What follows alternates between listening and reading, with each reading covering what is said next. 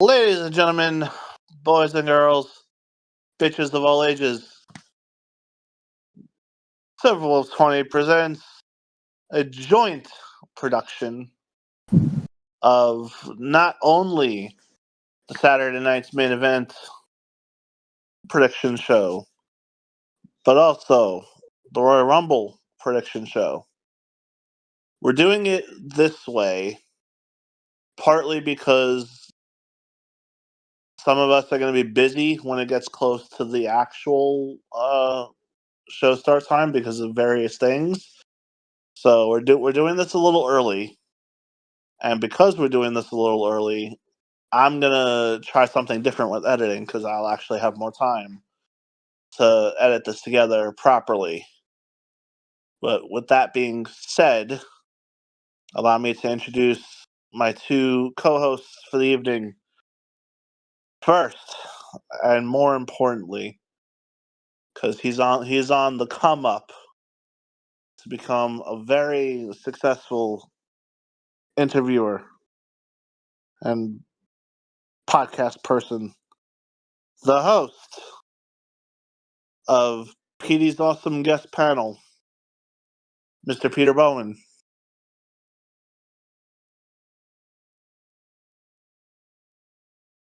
Mr. Peter Bowman. Bro, Reg. God damn it. Peter!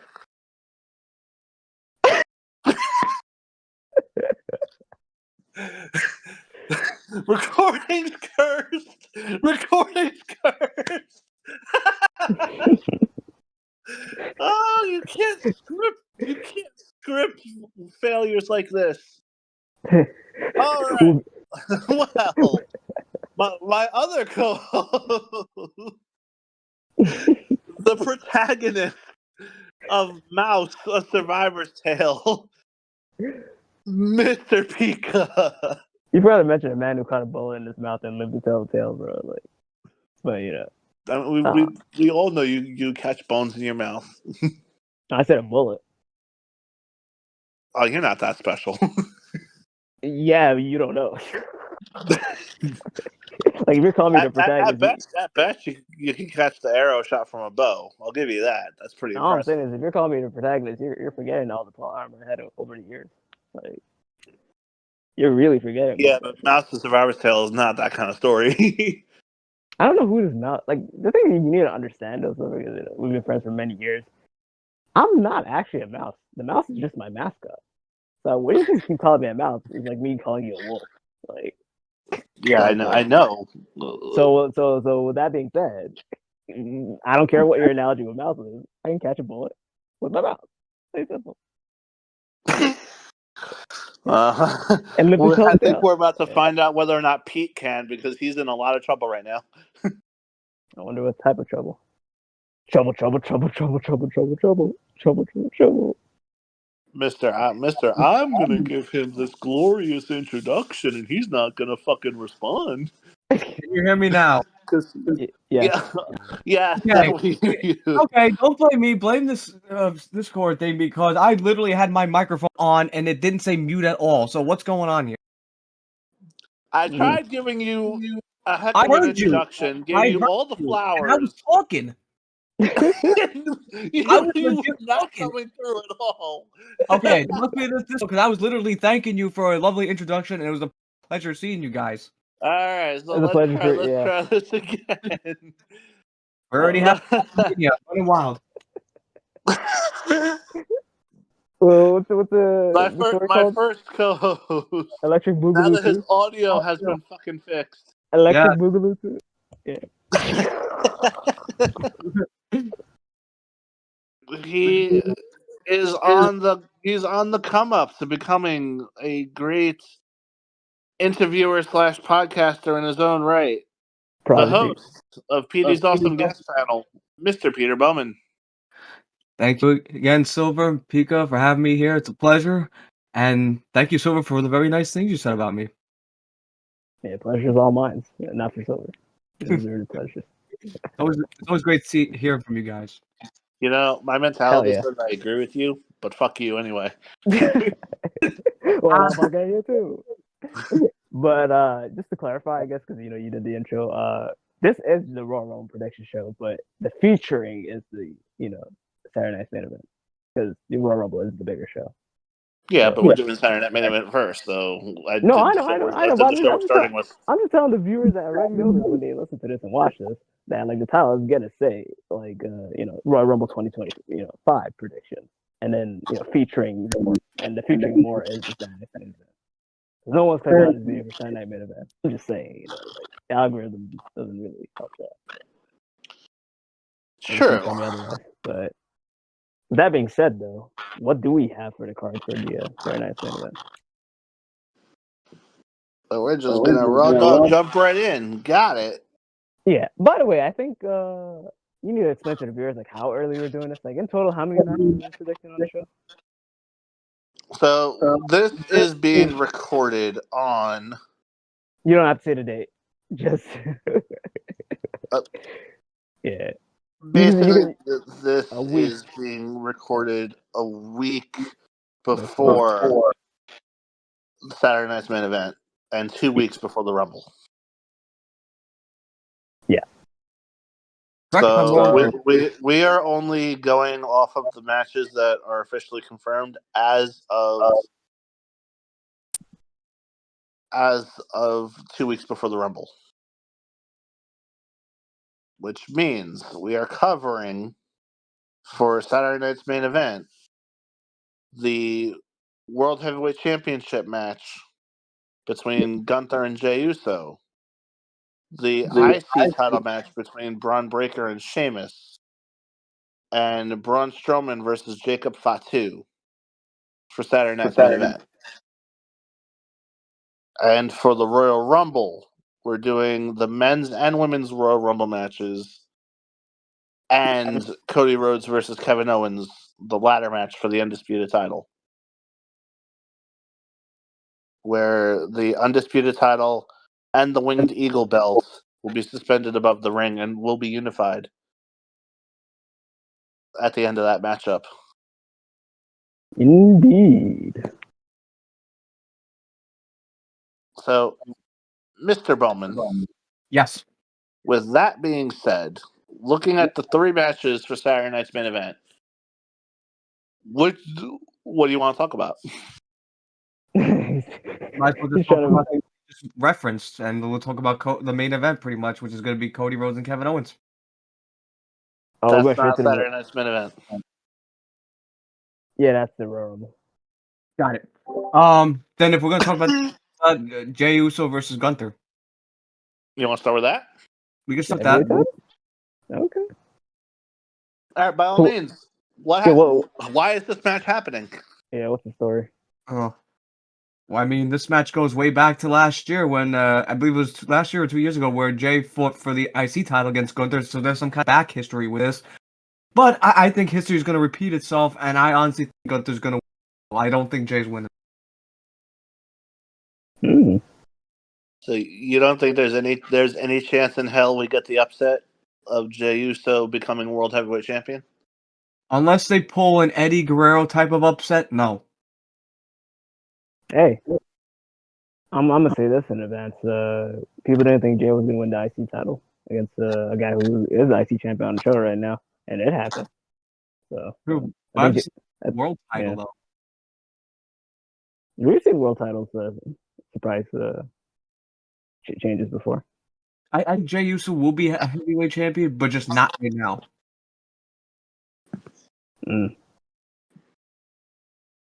Fair enough. What's your thoughts, though? I mean, I kind of agree. He's not winning now, but it mainly comes down to just the timing of it. Yes, it's following the. Yes, it's continuing the story of Jey trying to win singles belts, and now that the whole bloodline stuff is behind him, but Gunther's too white hot. It's close to Mania season. I don't believe there's really any way that Gunther is losing that belt before Mania. If he's gonna lose it, So I mean, yes, an upset could happen, but I just don't see it. At least not right now. So I agree with Pete. Jay's not winning this. It'll be a phenomenal match, but Jay's not winning this. Interesting. All right, so my take on this match is it definitely fits the Saturday Night's main event vibe because to have world champion on the show, defending it, it just reminds us of the '80s and especially I think I said this either I don't know if we ever talked about Saturday Night's main event on recording, but like I definitely liked when they did the reboot like the decade ago, like 05 or whatever. Like I think the reboot, in my opinion, was like the better I guess iteration of Saturday Night's main event. But I feel like nowadays it's like these matches are happening, but like these finishes are like or results are obvious. I feel like back in the day, like they were actually doing things that were kind of like throwing us off the loop. But I'm gonna preview one of your statements over when you said about Gunther's position in the company, saying he's white hot. Is this world title reign really a good title reign, Silver? It's not better than his IC title reign, but is he even being a remotely good champion right now? You're saying he's hot, and you're saying like the company. There's no. Well, I mean, white hot in the sense that he rarely loses matches, so he's got winning streaks up the ass. Your definition of white hot is somebody who's on a win streak or has a good win-loss ratio. That's what's white hot to you. In terms of predicting whether or not somebody's going to win a match, yeah, kind of. Yeah. In terms of quality of the reign, yeah, it's a different. I'm just saying, like you could just admit that you're wrong, but like usually when people say this person's white hot, they refer to their popularity and their like come up. Like you can be like, oh, like Jey Uso is white hot right now. Oh, LA Knight is white hot right now because he's a I mean, yeah, sure. You're using win-loss ratio. If that's the case, then fucking like Roman Reigns is white hot. By that logic. Yes. So is that? But I mean, I used the wrong word. But yeah, my statement still stands. You're wrong. Like don't rectify. Like I'm telling for the viewers saying, this is what I have to deal with. When I correct Lover Server's like, hold on, I'm gonna double down, bro. I'm just gonna put my spin onto it. I'm like, no, don't do that. Do something you're wrong. Like I'll admit I'm wrong if it comes to like some blood driving. But with that being said, I think Gunther's run is actually piss poor right now, and I really do think he's not making it to WrestleMania as the world title, world champion. Do I think he's losing at Saturday's main event to Jey Uso? No, but if a match happens at the Elimination Chamber, I can see him losing the title then. So, because in my eyes, like I'm really thinking it's like, oh, depending on who the Rumble winner or the Elimination Chamber winner is, are they really going to headline a WrestleMania night 1, night 2 type of thing? No, especially how Gunther's stock is now in comparison to his IC title reign. I feel like it's like the lack of exposure, maybe, or the lack of like significant great matches. I don't know, but regardless, this is going to be a Gunther win, and I think he's going to probably win how he usually wins, which is submission. He's going to make Jey Uso pass out, and that's how the story's going to be told. But if Jey Uso doesn't win, it would be shocking as hell, and none of us would predict that. And I think it could probably lead to like a more unpredictable like road to WrestleMania. So what I'll say, unlike you two, I want to see Jey win, but Gunther say. I'm saying y'all two want to see Gunther win just regardless. It would be nice to see Jey finally become world champion, but like we said, I just think it's too soon. Yeah. I don't think it's too soon because you know the saying, capitalize when somebody's at their highest. I feel like Jey Uso's stock right now is at the highest it can be. Gonna get higher, sure, but like you don't get higher. Yeah, but unfortunately, the last time they capitalized on Jey Uso being white hot, they took the title off him almost immediately. Yeah, but that wasn't supposed to be capitalized on him being white hot. That was actually to progress the storyline. We talked about this. I know, but still happens. If you're saying, a consolation prize is, like a medal, basically being like, hey, you're one of the hottest guys we have on Raw right now. Here's an IC title. but we're doing this for storyline purposes. Is like them capitalizing on him being hot.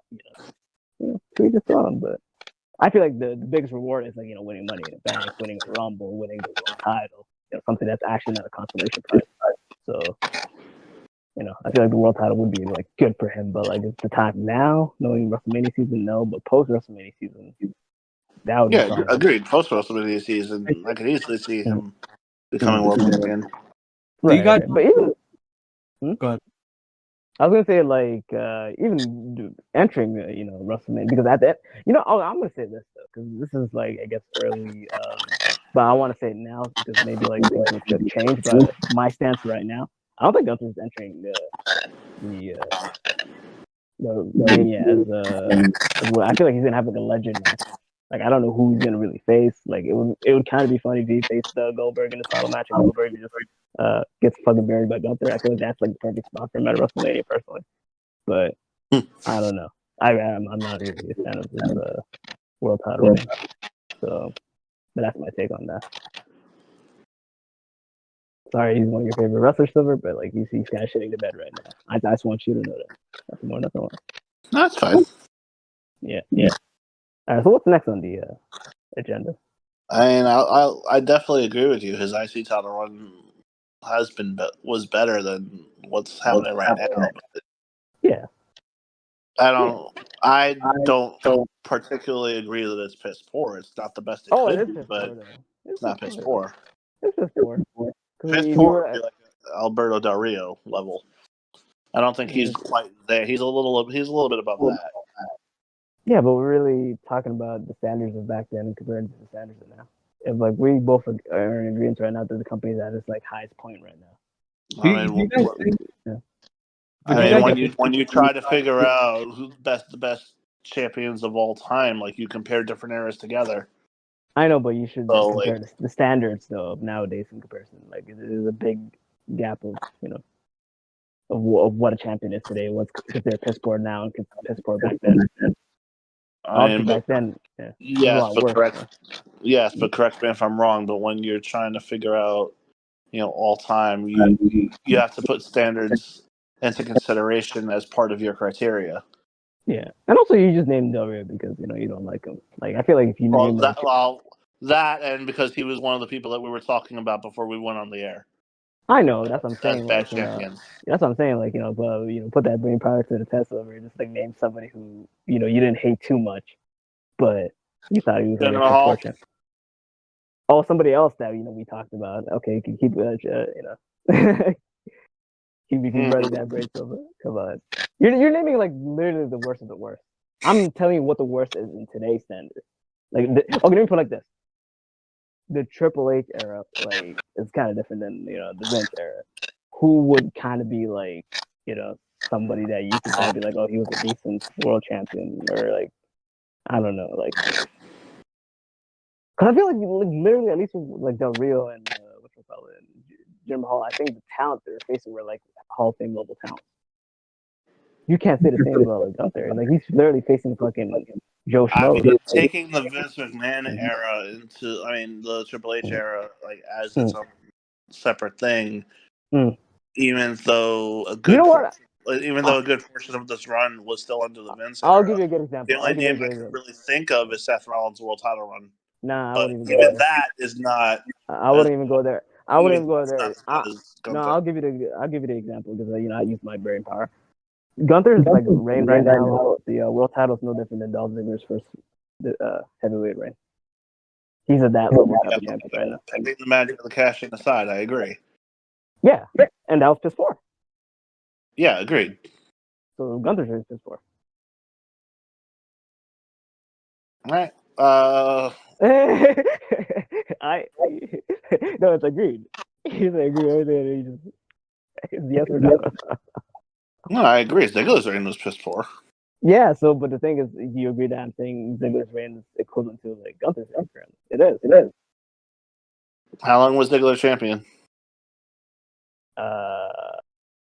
What, 3-4 months? Maybe even 5. I don't know. He made it to SummerSlam, I think, right? He lost it to. I think it was less than a month. Was it less than a month? Yeah, because didn't he win it like from Del Rio, and then he lost it shortly after, and that's when the double turn happened. Oh, maybe. Okay. Well, if that's the case, then it's not much of a comparison. No, not Actually, really. that But Del Rio would be a better comparison to Dolph then in that case. yeah, but I don't know. It's just I'm not taking this guy seriously, sort of, man. Like you could literally strap the And world that's title on him. fine. But you think But that that's is not fine. But Your that's not subjective fine. opinion is your But own. but that's not fine though, so because Gunther, like, would the words come out of my mouth? I'm not taking this guy serious as IC champion. No. Why is like the IC title reign is just so much more significant than the world title? There has to be a reason. Like, okay, maybe focus. You agree in the sense of like comparing to his IC title reign in PS4. Well, all right. Well, I'll put it this way, and I think you can agree with me. You would be taking Gunther's world title reign a lot more seriously if he was actually allowed to win that champion versus champion match against Cody Rhodes. No, that's not. It's not even that, bro. I'm talking about the competitors he defended the title with. He faced the same guy twice, and then they did a whole storyline of like, oh, I think I lost the edge. I don't have what it takes to, da da da. And then he beats Finn Balor off whatchamacallit, a triple threat, like after like Damian Priest like takes him out, and he just capitalized on Damian Priest's work. The way they're booking him, they're not booking him as a monster that he is. That's true. That's what I'm saying. His reign is piss poor. Like it's no different than. Actually, I'll give you a better example. Then, okay, fine. You know what? Maybe Dolph was a bad one. I see no difference between Gunther's world title reign right now and Jack Swagger's first title reign when he cashed in on Jericho. He's a Jack Swagger level champion right now. Get on your knees, type of level champion right now. Because I'm assuming he held the title longer than a monster. I don't know. I'd have to look that up. Yeah, and you know what's even funnier too? And I'll say this, and we'll end off on this. I think Kofi's reign is more significant than Gunther, and Kofi lost in 8 seconds to Brock or whatever shit. Like we remember that, but then when you think about the reign, it's like it was piss poor, right? Or not piss poor. It was average, right? I don't consider It was average, Gunther, yeah. I don't consider Gunther average right because at least But Kofi was one of those people that was better chasing than being champion. yeah. But the thing is, at least with Kofi, you could be like, what was the most notable thing in his WWE title reign? He beat Randy Orton. As much as I hated that match with Brock that he had, it's like that's not even what bothered me the most. Is what bothered me the most is that Brock was drafted to SmackDown, and what does he do? Is he literally takes the time and goes to Raw. We all know that was done because Bray Wyatt was drafted to win the Universal title. We all know that. Yep. Yeah. Yeah. It's like a distant memory now, but like, goddamn, we just remember that shit like it's the other day at times. Well, speaking of the IC title, since that's the next match on the card, Pika, Braun Breaker versus Sheamus. What are you thinking? All right, that's the obvious when it comes to this, which is question number one: is this match happening at WrestleMania? Nope. So then you have your answer. Who's gonna win this shit? Like it's the most predictable match on the card, but at the same time, I think it's probably gonna be the best match on the card. If you look at Sheamus, what does he provide? Banger after banger after banger. I'd argue second most predictable match on the card, but okay. What was that? I would argue it's actually the second most predictable match on the card. No, it's actually more predictable than. More predictable than the third match? Yeah, it is. Yeah. Okay. Because with the third match, the thing is like they can go many ways with it. Like obviously, it's like there's probably one right winner. But the thing is, are they just gonna make it, or are they gonna do a situation where they break the ring, or are they gonna get incapacitated, or like something like Fair enough. Like Fair enough. What I mean? So fair enough. With that being said, Sheamus provides banger after banger. Braun Breaker, probably one of the best call-ups that they had since they've been doing call-ups from NXT. 2-time IC champion. The future of the industry. Literally a Steiner. When he hits that Frankenstein from the top, I always lose my shit every single time. It's like nobody that big should be that fucking fast. Like it's insane. But I do see maybe some bullshit with this match, but at the same time, it's like it would make more sense for like Sheamus' story, like going into WrestleMania is like, I don't think what it takes to like win the IC title, and it's like this whole like redemption storyline that whenever he goes to like WrestleMania and he wins out. I don't know, maybe a number one contendership, maybe a 6-pack challenge or whatever. Like type of thing to kind of be like, okay, this was my one road to get back to the IC title. Now I have it. So with that being said, yeah, I'm giving it to Braun Breaker. I think this match is gonna end with you know what? I'm gonna go outside the box because obviously he wins a lot of his matches with the spear, but it'd be kind of cool if Sheamus passes out in the Steiner recliner. So that's my prediction. Peter. The puppy face Gizmo. That's who I think is winning. Is the troll. His daddy is the dog face gremlin, so I mean he's the puppy face Gizmo. What the fuck? Hey, don't play his daddy. Yeah, but you don't like the fact that he breaks things nowadays? Like Yeah, he's actually a breaker. It's so generic sounding though. Breaker? Come on. Yeah, you know what else sounds generic, but we got so used to it. That's so generic. That's like me saying I'm the martial arts kid. I mean, so generic. Yeah. And what was the gimmick about Reigns?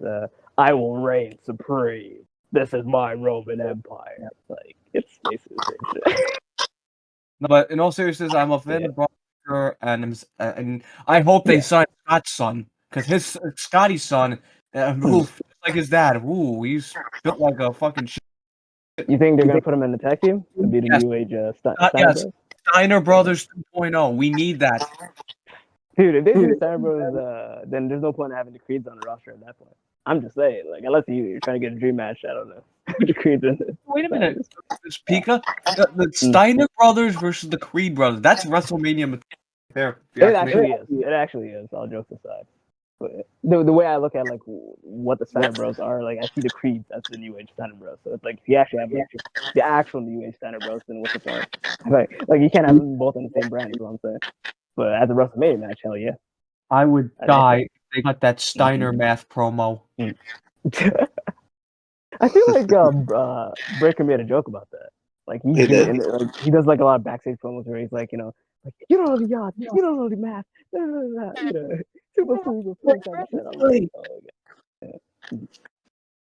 Hailing from Dunkin' Donuts, they're fat asses. Let me tell you something. Let me tell you something. He's fat. He was beat up properly. What's to talk about? He's fat. He's fat. Well, technically, yeah, at one point, Sheamus is fat. Apparently, like he literally became like the human jar of mayo, like times 10. But yeah. But to his credit, he can fight. Him just like Gunther, like they listened to Vince, they got their asses in shape, and now they're at least Sheamus is better than he's ever been. No, but the funny thing about Sheamus is majority of his career he's just been in shape. It's that one hiatus that he had. I think maybe it was like a year and a half that he was gone because of his because I think he had a spinal some kind of injury. Yeah, spinal back fusion, whatever. And I feel like when he came back too early. He wasn't in shape then. The only reason he got into shape was because he was so triggered by that burger after burger. No, he was eating good. That was the whole crux of that promo. Like that whole hiatus, he was like he wasn't really working out, but he was just eating, and it really showed. But now he's in shape again. So it's like, he wasn't really allowed to work out until the back healed. True. That's the unfortunate part. Like, out of all the injuries you could sustain, back. Oh yeah. You're a physical person, Pika. You can tell me if I'm wrong. Yeah. You don't fuck with recovery when it comes to back injuries. You got to let that shit.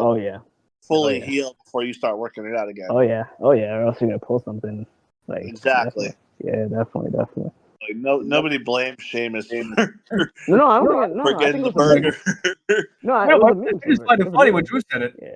Yeah. Oh yeah, when Drew said it, it was a meme basically. But yeah, and I think Sheamus like he loved it because he was like, I'm a gymaholic, so like like people actually review me for the first time, being fat in my career. That's cute. Like that's the way he took it, which is why I love it. Like I'm like, yeah, this guy's funny as fuck. But Yeah, to you, Silver. No, who do you think? Are we all in agreement on this one too? Oh yeah, we're all in agreement that the Braun Breakers are doing this. Oh But yeah. Bah. I'm gonna be a little different just because I want them to have a reason to Mhm. run this match again for Yeah. Mania season.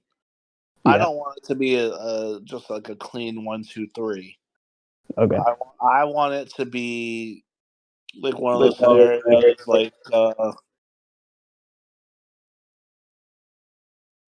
like Breaker like spears Sheamus so badly through the barricade that neither person is able to get back into the ring for the count of 10, and it's like a double count out or like a count out type situation where there's no clear winner.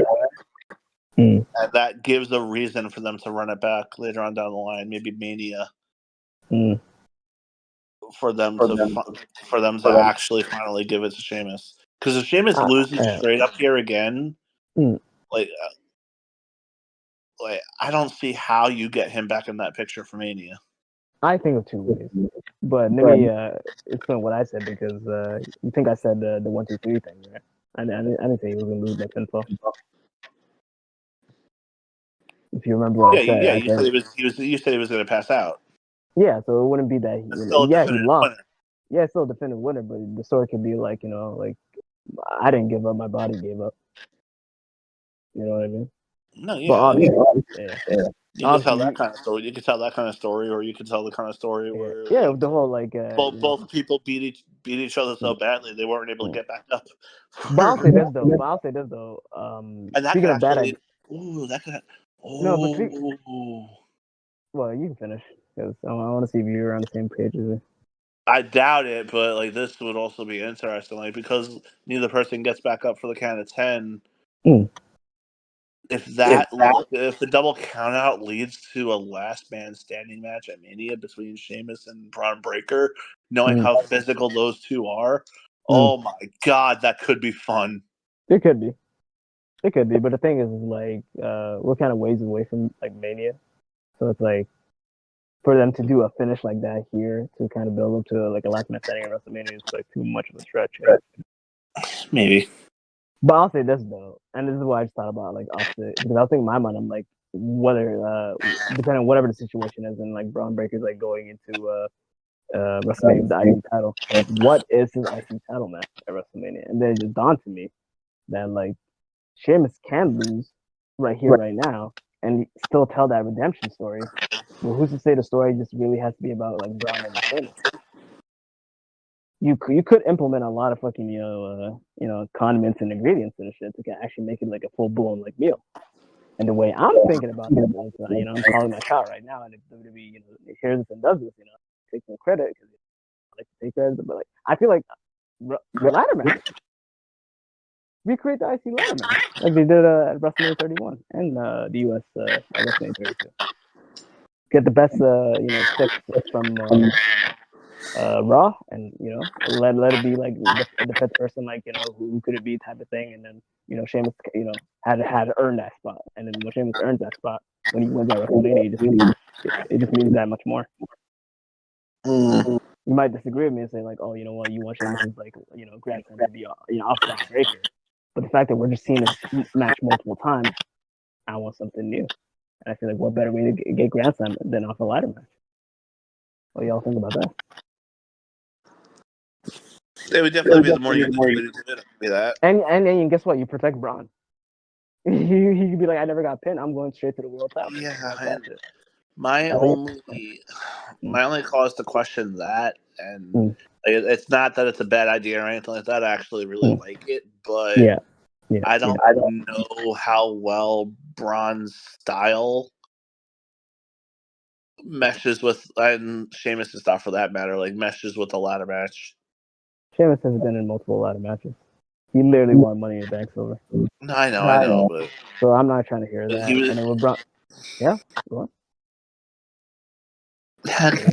on. Go on. And I'm gonna say with Braun Breaker, like he's been in like I'm assuming at least on NXT he's been in a ladder match before, this and that. And even if he hasn't ever been in a ladder match, name me one thing that Braun Breaker doesn't have to complete him as a WWE superstar. He can literally do it all. him in a ladder match would be fucking entertaining as hell. I don't disagree with that. Because think about it, like imagine the big spot that takes him out. Probably I don't know is like there's like a bridge ladder and someone's like leaning on the bridge ladder. He bounced off the rope and fucking does the big Easter through the ladder. Like, that shit will fucking blow people's minds. It would. Can't lie.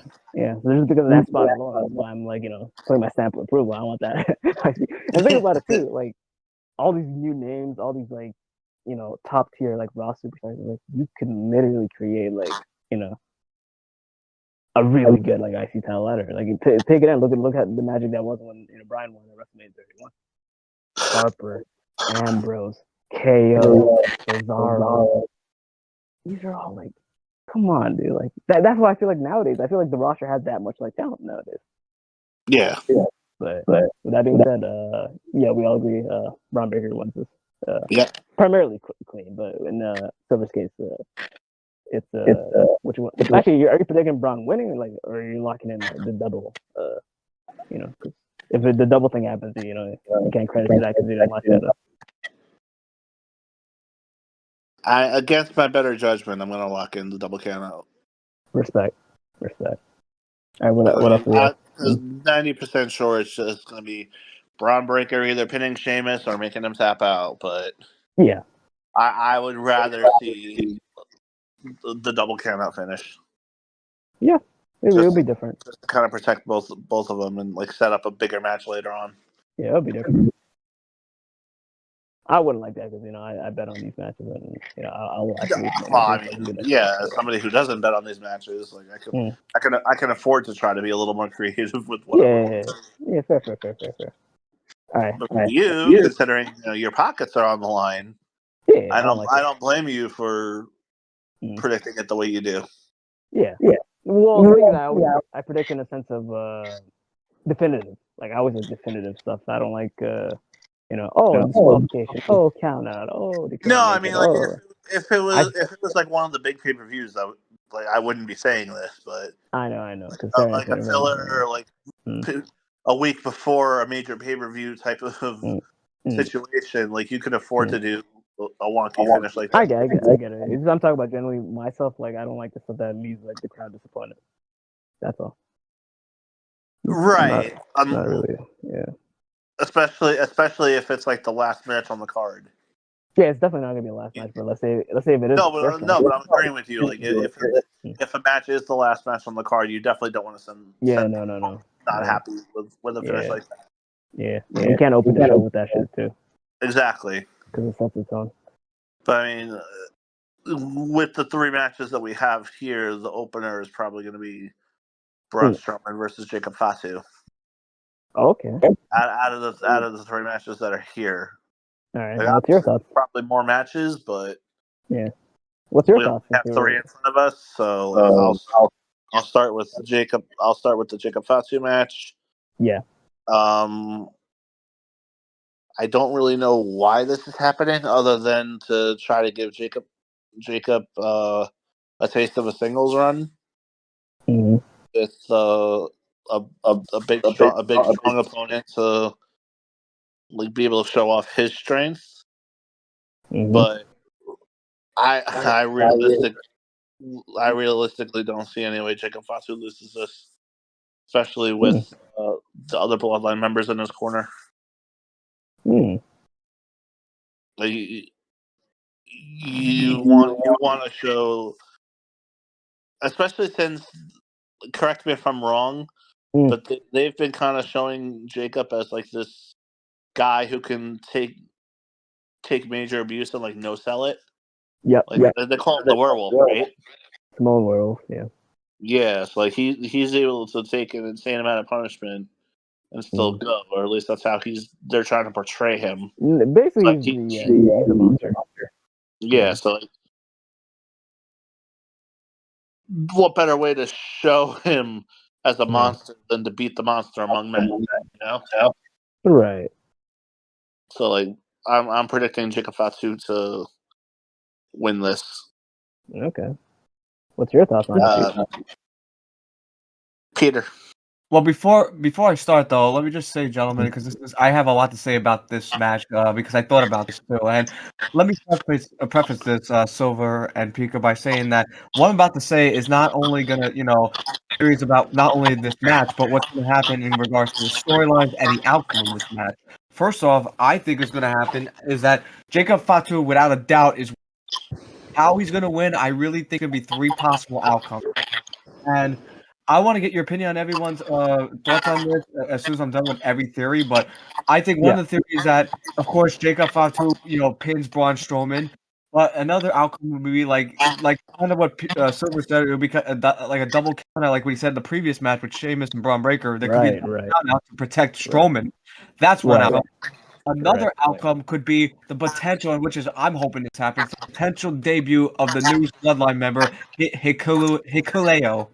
That is the brother of Tama Tonga and Tonga Loa, which I believe is going to lead, and this is where to the next thing I'm going to talk about, where I think it's going to lead to those 4 men, the Tonga brothers, plus Jacob Fatu, with Jacob Fatu acting as the new leader with Solo coming back, thinking that he's still with them. Jacob Fatu finally turning his back on Solo. Solo going with the original, the bloodline, which is going to lead to that. And now the final theory I have, and I want to get your opinion on this too, and this is where The Rock somehow comes into place with this. They said Roman Reigns' next appearance is going to be January 26th or 27th. I don't remember. 27th. And I believe The Rock did that thing with his finger, and he's 20 days ahead. 20 days ahead from the Raw on Netflix show equals to the day Roman Reigns is making his, return, supposedly. With all that being said, what is your opinion on this? And do you agree or disagree? Well, that's a lot to unpack. I kind of agree when it comes to like this match maybe not having a definitive finish, because we definitely don't want to make Braun look weak at all. Because they're trying to rebrand him and make him even more of a monster he has now than back in the day. And I feel like with Jacob, you can't afford for him to get pinned, because you gotta keep him hot going into WrestleMania, especially with the plans that they could potentially have for WrestleMania. But to see a potential debut on Saturday's main event, I don't think so, because I don't think they really care for big moments in Saturday Night main event. Because if that was the case, then a big moment would have happened on the last Saturday Night main event. But they kept all the titles, the same. Obviously, predictable winners and all that. And I feel like they're gonna play maybe the same route, play it safe for the Royal Rumble. But the idea with friction between Jacob and Solo, I definitely see that. And what better way for friction to happen would it be if something would go wrong in this match, and Jacob feel some type of way because I'm not saying like Solo should cost him the match or whatever, but I'm saying like if something like let's say what's it called, like a undecisive winner happens with this, like they both like each other out type of thing, Jacob could be very like animated and furious about the whole matter, and like Solo can try calming him down, but he's gonna be like I can't be calmed down because this bloodline has been going downhill ever since we lost Roman, they follow all that shit. And I do like the idea of like if Jacob's like big WrestleMania match is against Solo Sikoa. But he's definitely gonna have to cut that promo that I don't love him no more, because like we gotta tear up a little bit, bro. Like there has to be some type of emotion to this. So the day when he said, "Solo, I don't love you," I hate you, Solo. I hate you. So the day he says that, man, it kind of like top 10 wrestling betrayals of all time. So I'm putting it like it's literally in that top 10 because nobody would have seen that coming. This guy lives and breathes loving Solo, and the day he loves him less, that's a cold day in hell, man. That's all I'm gonna say about that. But that's my thoughts. So yeah, I do definitely see it. But the debut of the new member, I don't know. And also I think it could either be him or I was thinking Villa Fatu. See, that would be nice, but that's a night after WrestleMania type of thing. I ain't gonna lie to you. That's a night after. when Zilla debuts, aka I'm assuming the son of Umaga, yeah, that shit is gonna be crazy. That's actually, uh, but yeah. So we're all in agreement that Jacob wins this, or is it Yeah, basically. But okay? Silver, what did you think of my take on that? Do you Yeah, agree? yeah? What do you think? Phil? I mean, yeah, I agree with that with most of what you're saying, except for the new Bloodline members debuting. That's gonna be like Pika said. That's more for night after WrestleMania type of thing. Yeah. But friction amongst the new bloodline, yeah, is definitely a case. Because we really think about it, it's like, what is Solo's match at WrestleMania? Like, we don't know. What is Jacob's match at WrestleMania? We don't know. It would be cool if they would have faced off, but how do we get there? So, Yeah, especially since Solo lost to Roman in the tribal combat match. exactly. That kind of takes away Solo versus Roman at Mania. Yeah, and who would be the good and bad in this situation too? And that would actually be interesting. Like who, because obviously the fans will gravitate towards Jacob because people actually like him and people fucking hate Solo. But knowing the storyline that they can tell, they can put like a lot of like sympathy and to Solo, and Solo can be the good guy in the story. There's many ways you can take it, but before we move on to the show that really matters, what is the number of matches that they usually do for Saturday Night SmackDown? Like, what was the number, like the previous one? I think there was like 4 or 5 matches. Usually 4 or 5.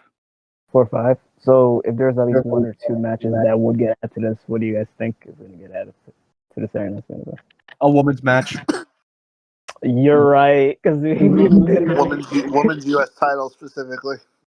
Oh, you think they're gonna run freaking Michin and Chelsea again? Or a different matchup, but still. Hmm. You know what it would most likely be the women's U.S. title, because the IC title was just crowned. Okay, they wouldn't have that get defended on the show. True, but the thing is, like, would you want to repeat the same match from the last Saturday Night SmackDown? That's number 1, and then number 2, there is a third secondary women's title that everyone's keep forgetting, and I think that would probably be better on the show than. And what's that? The women's tag team title. You could do that too. Yeah, that makes more sense but the thing is, it's like who's the champions? Like Bianca and Naomi, right? Because Naomi replaced Jade. Yeah. Okay, so what was I gonna say? Yeah, whoever, like, I guess we could find contenders for them on that show. Whoever, like, on Raw and SmackDown. I feel like that would probably round up the card. If not, then the only problem is whoever they find, they're losing. Yeah, unless it's a credible team. Mm-hmm. Yeah, but I don't think Bianca's losing her belt before a major pay-per-view or before Jade is ready to come back. True. Because you're gonna tell that story of like Naomi taking Jade's spot and Jade and not being happy about it. Wait, but I was gonna say, if we're gonna talk about this, like, wouldn't it be good to kind of keep this talk for the match that Bianca and Naomi would potentially be in for like not Saturday Night, but for Royal Rumble. Yeah. Yeah. You brought up women's titles. Yeah. So Pete, to not cut you off, but like you're gonna explain something about that whole storyline, right? Yes, I am. Yeah, so keep that for like that portion for that match. Okay. So with that being said, we're moving to the Rumble, right? Yeah, we can start the Rumble. All right, and sadly, what we're starting with, as much as Yeah, if we're gonna save the 2 Rumble matches for last, then we have to start with a very unfortunate conversation of Cody Rhodes versus Kevin Owens for the undisputed WWE Championship with both the undisputed title and the Winged Eagle belts both being suspended above the ring Oh shit. in a ladder match. Similar to the IC title match that Pika wants at Mania. We're getting a 1v1 version of it here at the Rumble. Oh yeah. And it sucks for Kevin. It sucks for Kevin. You keep saying that, but explain to the viewers why does it suck for Kevin? Have you honestly, predict first? Oh well, I mean, you just talk about the whole white hot thing and the people being popular and like being booked to never lose anything. We have Roman Reigns 2.0, Cody Rhodes, who's not losing his belt before Mania. Okay. I don't even think Cody's lost a match since he beat Roman. Has he? Incorrect. Incorrect? Yeah. What did he lose?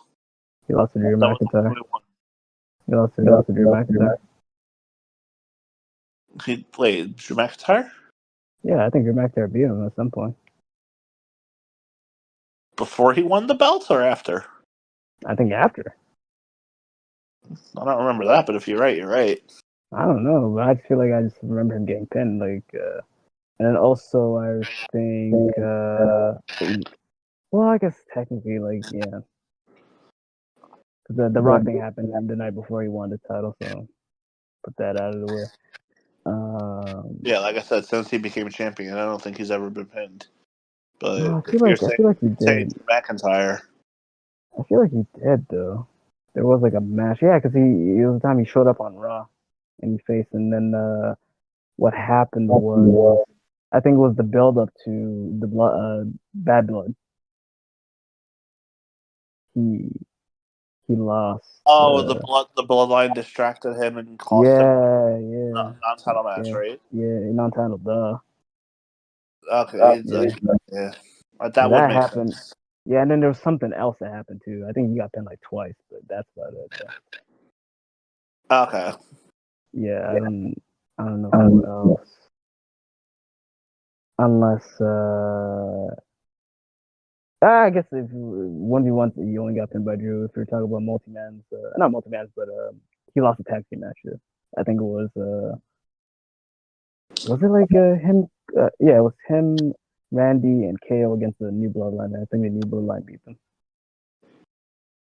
So that's technically another loss on him. But Technically, yeah. Yeah, but yeah, those are only two losses I think he takes. But regardless, I don't know why we're talking about pinfalls and submissions when literally the only way you can win this match is climbing a ladder and pulling the title down. And realistically speaking, what better way to not make Cody look like he actually get lost by getting pinned or whatever than for KO to just climb a ladder and get the title down. And that would be the way to protect Cody. Unfortunately, it is. Not saying that is the case, but that's what I'm saying. It's not as clear cut as you think it is, because they put a stipulation on to protect Cody. So. I mainly say that because historically speaking, like in the last couple of years, like the main title has only changed hands at Mania. But I mean, that's also marred by the fact that the only two main champions we've had in the last couple of years are Roman Reigns and Cody Rhodes. Right. So Right. Yeah. Take that as you will. Mm-hmm. When it comes to the length of title runs these days for the main title. Yeah, this is all about building a credible champion. A champion to be remembered, for better or for worse. Depends on how you book it. Yeah, so considering how long Roman had the belt before Cody beat him, I can't see Cody losing the title before he has it a year. Yeah. So with that being said, that's the main reason why I'm saying it's unfortunate for Kevin. Could he win this considering it's a ladder match? Absolutely. I just don't think they're going to do it. But I have a question. Even if I would love KO, for them to pull that trigger, but I just don't yeah, see it. yeah, but even if KO loses, right? Does it really hurt him though? Because you're No, saying it it's doesn't. It unfortunate. doesn't really hurt him, but Yeah, so it's not unfortunate then. unless it's like, It's unfortunate in the sense that I want to see Kevin win the title, yeah, but he'll have his it's moment. before Mania, He'll, and he's yeah, facing the Golden Boy. yeah, So like yeah, but those hurt his chances, and that's the main reason why I'm saying it's unfortunate. yeah, no, that's fair. It's not that it's gonna hurt Kevin because it's not, Yeah, but yeah, because it's not, and also another thing too, like it opens the door for like another title opportunity. Because KO can be like, he never pinned me, exactly. you know. And if you look at the Saturday Night's main event, it's like, yeah, he pinned him, but he cheated to win, so he never pinned KO clean. So, but Yeah, your prediction. the main thing is I'm predicting Cody to win. Yeah. So for me, it could go either way because in my mind, I'm really thinking, I'm like, what is like actually the marketed match for like Cody at WrestleMania? Because if it's like a match that doesn't need a title, then he doesn't really have to go into WrestleMania with the title. Yeah, especially if he's gonna face The Rock. Yeah, which is what we Yeah. were thinking was going to happen before Top Combat. So it's like, unfortunately, with what Rock was saying on Raw, mm, on the Netflix debut, like mm. I don't know if it's as set in stone that he's fighting Cody. yeah, but they're building up to it. Because okay, let me put it like this though. If Rock's facing anybody at WrestleMania, it would be the person that he's interacting with the most. When he came back, like he interacted with Cody the most. You can be like, oh, what about Roman? This and what about that? It's like he just presented him the Ulafala. He didn't even mention Roman at all in the promo. So it's like I feel like Roman's now on his forte. And I know a lot of people are saying like, oh, they need to do that match and this and that, but like that's not the match that it's being told right now. But that way, obviously, I already said what I think it is, but like we'll save that for like the WrestleMania prediction show. But for this, on the other hand, I do definitely see Cody winning, but I just definitely see this being like a banger of a match. And if there's only one thing if there's one thing I really want to see from this match, I really want to see the Cody cutter from the top of the ladder to a ladder, please. Like, please just do some extreme spot, or even through the table. I don't give a fuck, but like do something. Well, I don't know how you would do it through a regular table. Not a regular table. I'm talking about the announce table. Like they're fighting outside, and then he goes for a Cody cutter, and they both land on the announce table, and the announce table explodes. That should be cool. I'm trying to visualize it, and I'm not 100% sure how you would pull that off. But you're right. If they were to pull it off, it would be amazing. Do you know what the Cody? It's basically an RKO. So like think about like I know, but it's a springboard RKO. You're telling me that like two people are fighting on top of the ladder, and then he just goes for the RKO from the top of the ladder, that they wouldn't just call it the Cody cutter? I'm saying like that. They fight on top of the ladder, and then he just goes for an RKO from the top of the ladder to the announce table. I mean, yeah, if you want to just do the RKO, sure. That's what the Cody cutter is. That's what they call it. They're like, oh, whenever he goes for anything that's RKO, it's like, oh, Cody cutter. The springboard version of the RKO, just like the disaster kick is a springboard kick. No, I get it, but you're implementing the springboard stuff, because I think Pika can back me up when I say this. When they faced off at a Saturday Night's event, there was a spot where they're like, they got on top of the announce table, and then he just hit him with RKO on the announce table, and they called it the Cody cutter. Wasn't that right, Pete? Yeah. Yeah. That's all I got. Don't call it that. Yeah, that's what I'm saying. So like, but seeing from the top of the ladder, like most last time we see the top of the ladder, like spot there. Well, I think it's been a hot minute. I'm gonna repeat Silver's answer. Cody's not losing that Mania. Yeah, I don't blame him for saying that, because they do protect Cody like he's he's the next Messiah, bro. Ain't going. But at the same time, it's like I don't know, just for unpredictable purposes wise, it would be cool to KO win. But I feel like there has to be a situation where it's not really that definitive, or there's something that just happens that just grants like KO that one more match. Huh? Let's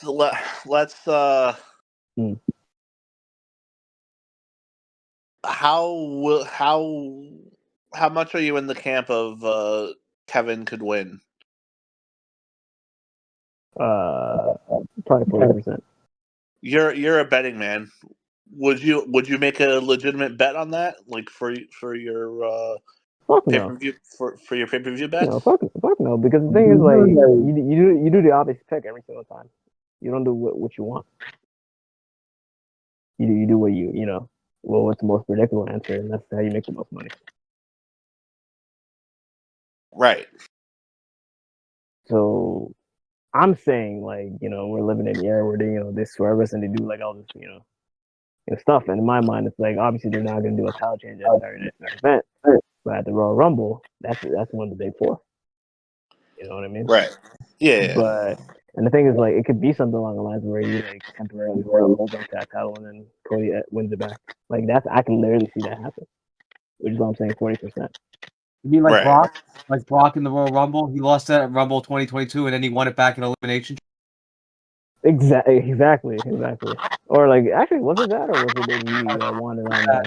Remember, the result, the ending was the same fucking thing. Remember, Brock literally destroyed everyone. Wait, when did he lose the title?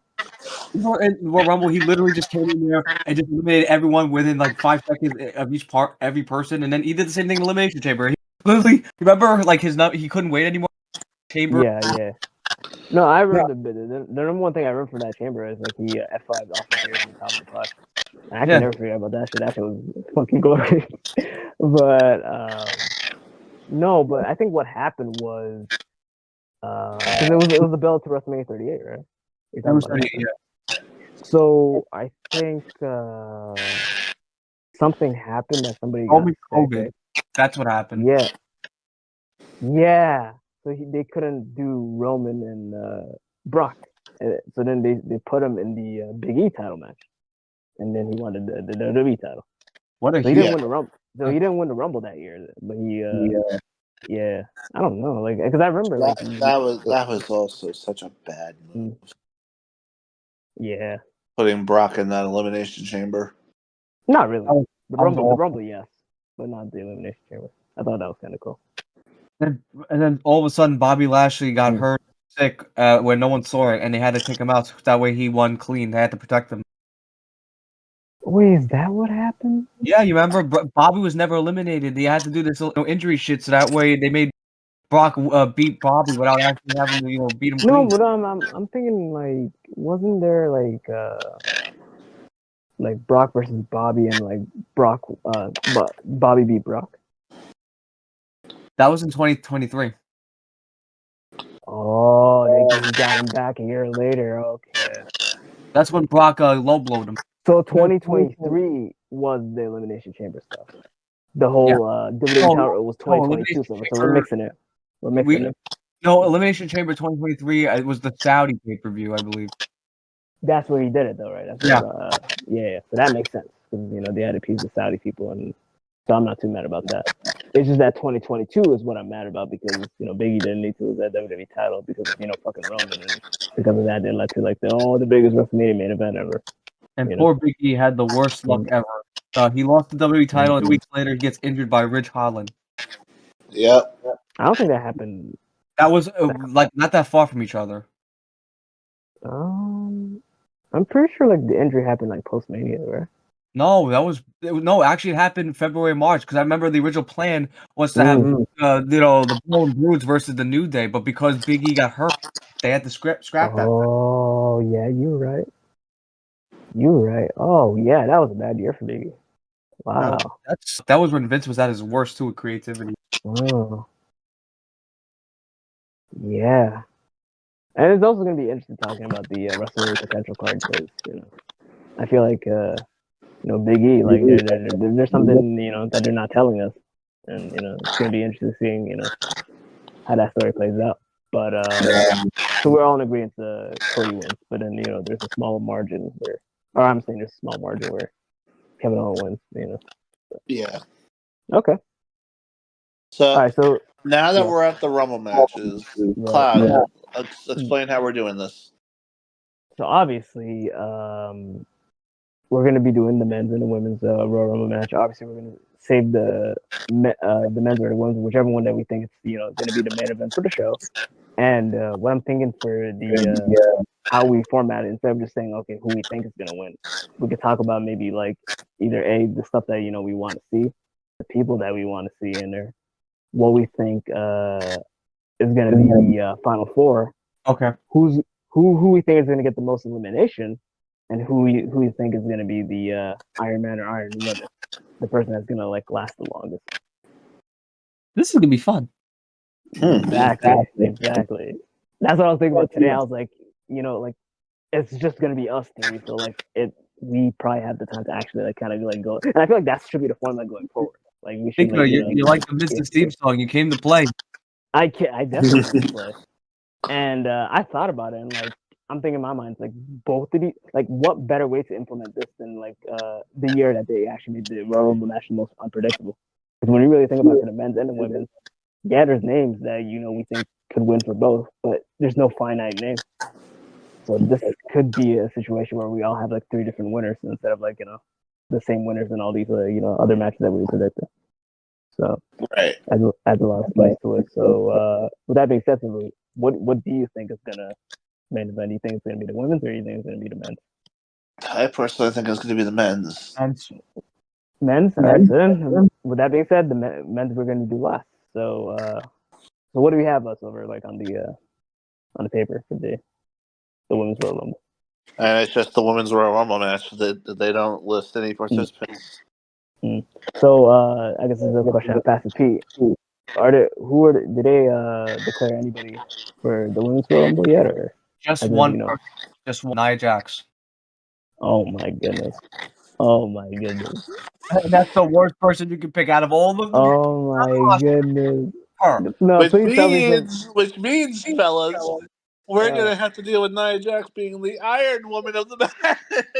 Because she's gonna start at number 1 or number 2 and just like chuck bitches out left and right. Hey! Silver. I hope I hope that new rookie from NXT debuts in the Royal Rumble. That Bailey Humphrey, the woman they signed, because that woman is a beast. If you look at that woman, they said China and Brock Lesnar put together. It looks like I'm trying to ape Brock Lesnar a lot.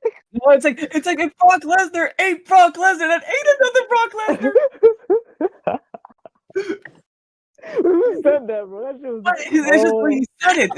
It's like Brock Lesnar that ate Brock Lesnar, but ain't another Brock Lesnar. No, I think it was Pat that said it, right? It was Pat. Do you remember? It was Pat, right? But so, do you remember when we were doing the last SCWF matches and like Oz, like he came out with his entrance and what Cat said? Yeah. Pat. Like that's literally the same thing. The funny. I just wish Graves didn't cry like a little bitch, and now we had get pulled from Raw. Can we talk about that? Because like, yeah, Corey. Is the Corey Graves thing like a work or is it legit? Yeah, is it a work or is it a shoot? What do you know about it, Silver? Like, have you heard about the news or no? No, this is new to me. Pete, can you explain this over what the whole Corey Graves situation is? From what I read online, and again, this is hearsay, resources I looked up, but they're saying that Corey was very upset when they did the whole changing of the broadcast because he was told that he was going to be on SmackDown with that Joe Tess, whatever his name, I don't know. And they went. I guess they changed their mind the last minute, and then they went with Wade Barrett to be the partner. So Corey was kind of bitter about that. So he ranted on X, and he was saying how he basically was alluding how he had his feelings were hurt to the fact that he got a demotion going to NXT to be with T and Vic Joseph. So he was bitching about that. Then this week, supposedly he gets pulled from NXT. Coincidentally, as soon as he said, "Oh, you cut out." Yeah, you cut out. I'm saying like he was bitching about the fact that he had to go do commentary in NXT, which people said like were alluding that he was bitching because he felt like that was a demotion, and ever since then WWE pulled him from TV things because of him bitching about that. Yeah, and Yeah, just for sure. to and just to like add some I guess things. But Jonathan Coachman, I got it, and I don't mean to cut you off here, Pika. I absolutely love and applaud Jonathan Coachman's reply, basically telling him to stop complaining and just appreciate the fact you have a job. Right. Yeah. Okay. So let me talk about that. So just to add some things, I don't think Corey was mad at the whole like Wade and Joe Tessitore stuff, because I think Joe was on Raw and Michael Cole and Wade were on SmackDown. No, but I'm saying like this is when the effect was going to take place. Like that new team was going to be Graves and not Barrett and. I don't think that's good. I think he was going to be on the Raw team. Oh, never mind. Supposed to be. Yeah, that's what I'm saying. It's incorrect. Because when you really think about it, like who would they replace Corey Graves with? The guy who just like came back, which is Pat. It's the guy who has more star power, more this and that. And I think that was his claim, And I think him and Pat just don't have they have friction. They don't like each other, type of shit. And Corey's, I think, point was like, let me actually find a tweet, bro. Wait, can you find a tweet, Pete? Like what he said? Because if you can read it. I'll read the tweet right now. I'll pull it up. Yeah, yeah, let me pull it up. Corey Graves. Read it, and then I want to know for the sake whether he thinks it's a work or that's a real tweet. But. All right, I'm gonna try to find it on my phone. Corey Graves removes controversial tweet. So let me see. Hopefully find this tweet, and maybe it's like in an archives. And hopefully, hold on, speaks out about the demotion following Pat McAfee's return. Okay, here it is. This is what he said. Okay. And I quote: "Imagine chasing your dream, then being told, and told is capitalized in the cap, and in parentheses, not deciding that you're no longer physically able to pursue your dreams." Graves said in an apparent reference to the end of his in-ring career. Then you dedicate your life to something you dreamed adjacent and being pretty fucking awesome at it. And then when it's time to enjoy the fruits of your labor, being told you're not famous enough for your own job. Just in case you're wondering where I've been, imagine chasing your dreams. So another question before you think that's real and fake, Silver. Do you think he was trying to shoot Joe or Wade on SmackDown, or do you think he meant that statement for like somebody on Raw? I think it doesn't really matter who he was aiming that at. He still sounds like bitter. Huh? Bitter. Bitter is definitely one way to word it. Arrogance is another. Disgruntled. Okay. Disgruntled. Thinking he's a bigger star than he actually is. But don't get me wrong, I like Corey Graves. Like I liked him even when he was an in-ring performer. Cloud knows this. Of course. You like the team Lucky 13 was one of my favorite submissions of that era. Yeah, and then all of a sudden you're like, okay, ever since he retired, submissions are not cool anymore. I know. From a gameplay standpoint, like and being in a professional league. I'm I didn't like submissions. Like IRL. I'm talking about IRL. I'm saying like I love submissions in IRL, but you never talked highly on submissions ever since Lucky 13. So I don't know. I'm not as big of a submission guy as you are, but that doesn't mean I don't like them. Yeah, but you don't fawn over him like how you did Lucky 13. Like the way you were fawning over, you thought it was like in your top 10 like best submission or top 10 finishers. Like that's the way you're acting. Maybe not finishers, but definitely you're submissions. Like, yeah. Even with that, like I saw his potential, but he still had a long way to go, and his career was cut tragically short. True. Like, nobody's ever going to take that away from him. Right. And when he got given the commentary job, like that was the best thing that could have happened to him. Right. In terms of staying in the WWE. Right. Well, I mean, he could have been a producer too, like Tyson. Instead yeah, of being, but you gotta be talented to be a producer. Just saying. Yeah. Like you gotta have, Like you have to earn that producer spot. yeah, you gotta have a talented mind. Like you gotta like literally like have trial runs and they're like, holy crap, you just did the 5-star Jordan match. get that right then. I mean, yeah, he got injured, but is he really a creative? I feel like Jason Jordan's more like a backstage personnel. Like I don't think he really. Oh, he's actually listed as a producer. What was the last match he produced? Yeah. Well, no, What was that the name? last match he produced? He produces that Chad Gable. He produces a lot of Chad Gable. Chad Gable matches? Yeah. Not that I'm not saying that those are bad matches, but I'm saying like Mm. you have to have experience and what's his name? Well, Have the experience. I feel like if that's the case, then they're just giving him a lot because it's not really that hard to produce. They're giving him easy work. That's what I'm saying. Because the thing is, the way I'm reading it, like the people who are the main people that create the masterpieces in WWE is Tyson Kidd, Bobby Roode, Abyss, Abyss, Petey Williams, Petey Williams, yep, and Helms, and Davari. there you go. Those are the main guys. I think Jason Jordan is like probably like the substitute teacher when it comes to that shit. Like, What about Lenny? I mean Kenny Dykstra. Isn't he personnel too? I don't think he produced anything. I think he's a personnel. I think you're right. What about Road Dogg? Yeah. Road Dogg's not even part of the company no more, if I remember correctly. Still with the company? No, did he leave? No, he's still with them. He's one of Triple H's right hand mans. Oh. Cause I heard something along the lines of like, he left Remember company Vince fired Road Dogg, and then when he quote unquote retired, Triple H took over and he rehired him. Yeah, I didn't hear about that. If he did, then so be it. But because the reason how I know is that when they Vince fired him, it's like they removed him off the game, all that shit, and they haven't brought him back ever since. So, but okay, that's it. That's it. When would he have been brought back? Apparently, like when Triple H took over, right? That's what Pete said. When was that? 2023? Yeah. 2024? Yeah, late 2023. So late 2023. That would have been when 2K24 came out, right? It would be Was it production? the production because 24 would come out the year, so like basically March of 2024. So he may not have been able to make it in time for 24, but if he's not in 25, No, but the thing is, I don't think he's in 23. yeah, he wouldn't have been in the company at 23. Yeah, so 2023 he didn't make it, and then 2024 he didn't make it. Yeah, so if he was brought back, like before, like after the roster was finalized for 24, and they didn't make him DLC, if he's still not in the game in 2K25. Let me put it like this. So you can understand the words that are coming out of my mouth. William Regal left for AEW and did the whole Blackpool Combat Club, whatever.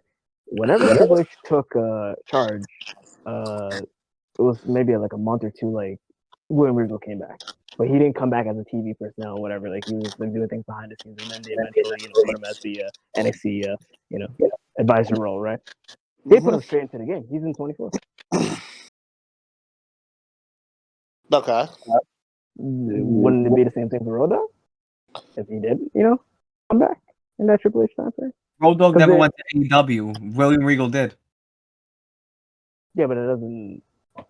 The point I was trying to mention. The point I'm trying to mention is if the moment Triple H took charge and these guys came back, why did Regal come back and not Road Dogg? The point I'm trying to mention. No, Road Dogg came before Regal did. Regal came back in 2023. That helps my point even more. Then he should have been in the game. I don't know. I guess yes, assuming he wanted to sign the contract to be in the game. Who wouldn't? He may not have signed the contract. Yeah, maybe, but it seems dumb because you have to sign a contract to be in the games. Yeah, but why refuse? Though? I don't know. Exactly, because you gotta understand, like the legends get paid more in the games than the regular talent. So no legend saying no. Like look, matter of fact, just to prove a point, like Mick Foley is a great example. He gets paid every version of Mick Foley that's in the game. Just so you guys know. So like, if Dude loves making a game, he gets a portion of that. If Cax Jack makes it a game, he gets a portion of that. If all fucking three and they put Mankind in that bitch, he gets a portion of that. So that's why I feel like it's hard to believe that Road Dogg refused to, But that's neither here or there. So wait, what were we talking about? We were talking about the what brought up this whole talk? The Corey Graves situation. Oh, the Corey Graves situation. So with that tweet that Pete read, do you think it's a real or a shoot, or do you think they're working on?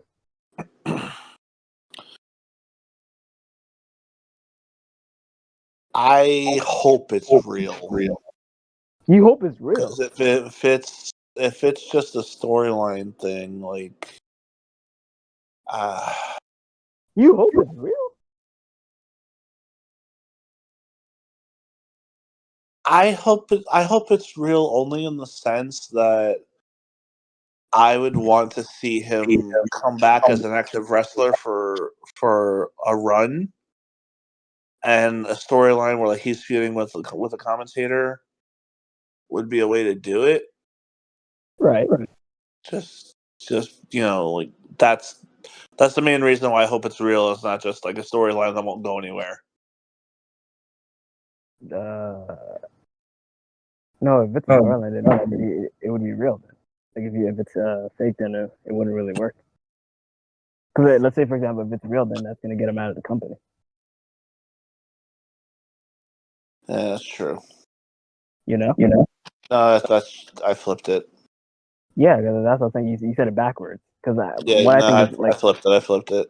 Because I'm thinking like if it's real, then it's going to lead to a situation where they fire him, and then if they fire him, then guess what? That's going to be a certain other cons game for commentary. Yep. But in my opinion, like we're gonna like weigh the pros and cons of like was he right to make that tweet or not make that tweet? Like I don't know, because I'm personally not the biggest fan of Corey Graves when it comes to the commentary. I actually like Pat a lot more. I'm on that fence. But no, I agree. Pat's definitely better.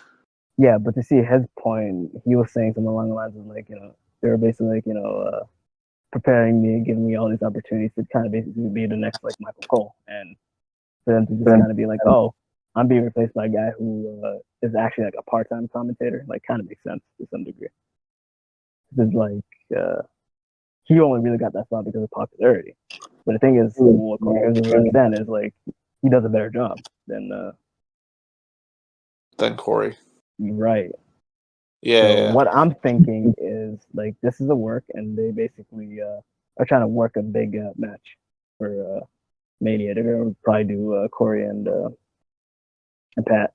I think everybody wants to see that. Well, what's your take on? I would want to see that match too. I hope it happens. I just wonder who because I feel like they cleared him. Is the main crutch what I'm trying to say. Like the reason why for the tweet is like they basically say, hey, you know what, you can kind of push you away from like the commentary role and actually have you actually become a performer again. Whether it's like part time or not. But I think that's probably ultimately what Corey Graves wants. And he won't have to like be ridiculed on living in the shadow of Pat at that point. If not an active performer, then like you could do this match. You could do this match with Pat, and then transition him to be like a backstage trainer. Or something that occasionally does a match. That too, but you gotta understand he's kind of on the young side. That's what I'm saying. So is Tyson Kidd. But different. Like, why are you comparing? Both of them had their careers cut short because of injury. Yeah, but that's what I'm saying. Two different injuries. So there's two different. No, I mean obviously two different injuries, but if it was obvious, then why are you saying Tyson as the example? Like that's not a good example. Like Tyson cannot. It's like the same reason with Triple H. Like there's a reason why Triple H can never wrestle again. Yeah, I know. So there's a reason why Tyson can never. Yeah, and yeah. So the same thing with Tyson because he had neck. He had spinal fusion or whatever, and he had. And with Corey, it was concussions, right? Right. Yeah. And look at all the people that came back from concussions. I can give you 3 names, but I just want to see if you know. I mean, Daniel Bryan's one of them. That's one. Benoit's another, but like we all know what happened there. I'm talking about modern day, bro. Like it's people who basically would refuse to clear and or whatever, and they came back. What would you say Nikki Bella would be one when she had that thing on her brain? Absolutely, Nikki Bella. But I feel like with Nikki Bella, it's like they didn't really give a fuck about her because they knew she wasn't going to do much in the ring, but like, and they would clear her. She was definitely one of them. And I think the other answer for the women's is Paige. Oh, I would say Christian also. Wouldn't he be a great example of Christian, that? yes, Christian. That's another. Okay.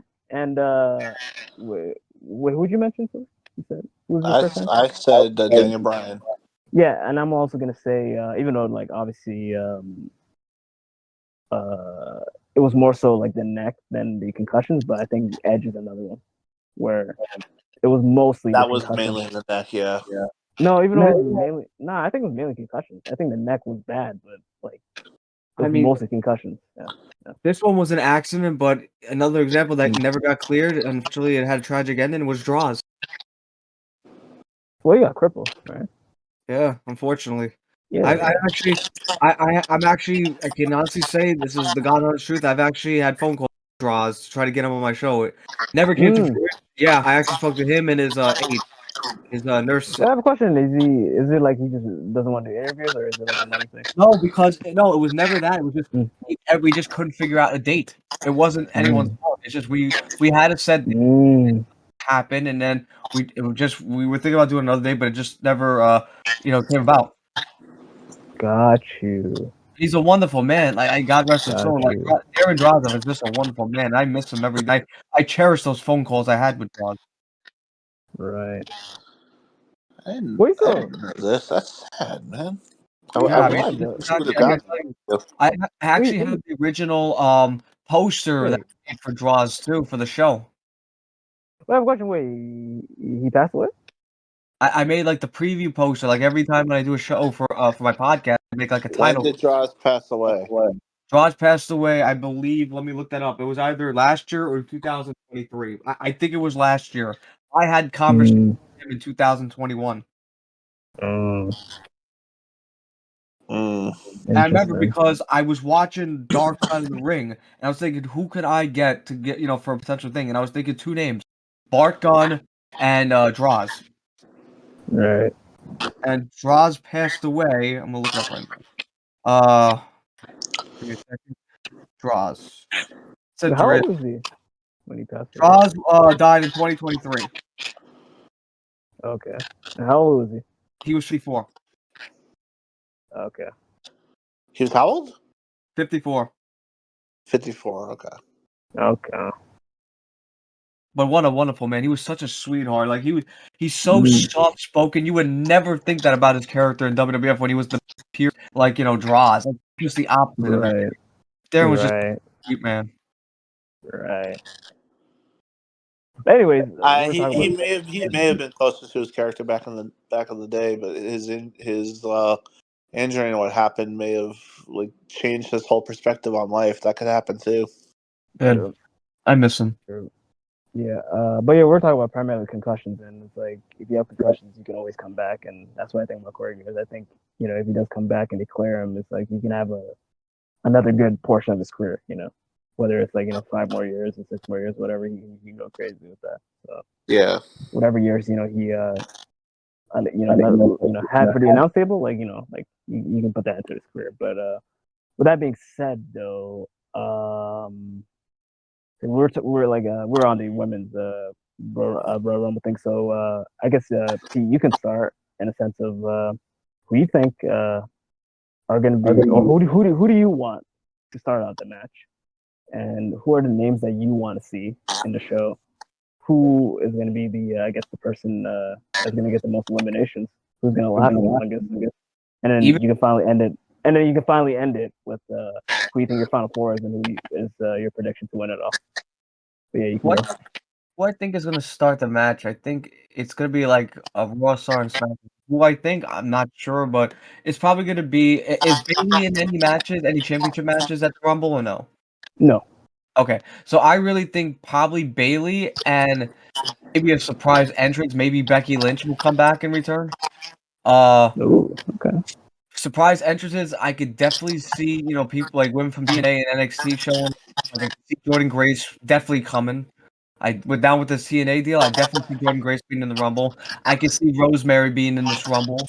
I could see from NXT Lash Legend. Who else? Like what's a big name? Like but as far as eliminations though, like that's the surprises that I could think of. Like as far as eliminations, I think it's gonna be a tie between Raquel Rodriguez and Nia Jax. But I could be wrong on both of them. But I think they're gonna build. I don't want this personally because I'm not a fan of her in-ring work. But I think they're gonna build Nia as like a Brock Lesnar or a Kane, where she gets the most eliminations. But that's I don't agree with it. But that's what somebody's booking can be sometimes. Now going to the Yeah. final four. Right. Now that Rhea's not a champion anymore, I think the final four could be Liv Morgan, Becky Lynch, and if not Becky Lynch, Charlotte Flair, one of those two. Bailey, and I don't know why, but I'm thinking Io Sky for some reason. Those would be my final four. And as far as the longest Rumble, I think it's gonna be a tie between Bailey and Liv Morgan. And the winner of the match, Yeah. I'd be shocked if it was Liv Morgan. I wouldn't be Is that your shocked. prediction? Is that That's your my prediction? prediction. Liv Okay. Morgan. I can see Liv Morgan. That's not a bad prediction. Yeah. Okay. All right, Silver. Floor is yours. Silver's like, yeah, I'm gonna slow down and I'm gonna fucking get up. Because I know Silver style would agree because of this. But there are a lot of stuff that you said that I do agree with the P. So for me, Right. actually, wait, confirm something for me. Okay. Pika. Yeah. Asuka's still in WWE, right? Yeah. Was she injured? Yes. Yes. What kind of injury? I think it's like she had like a leg injury, I believe. She had surgery about it like a couple Leg injury, months ago. It was a leg Yeah. injury. Yeah, like a knee, I think. I don't know. If you're asking, like, is there a possibility of her being in the Rumble? Yeah, there's probably a possibility. Yeah. I don't know what the likelihood is, but definitely there. Because I want to make her one of my two people to start the Rumble, but if You she's could. injured, You could.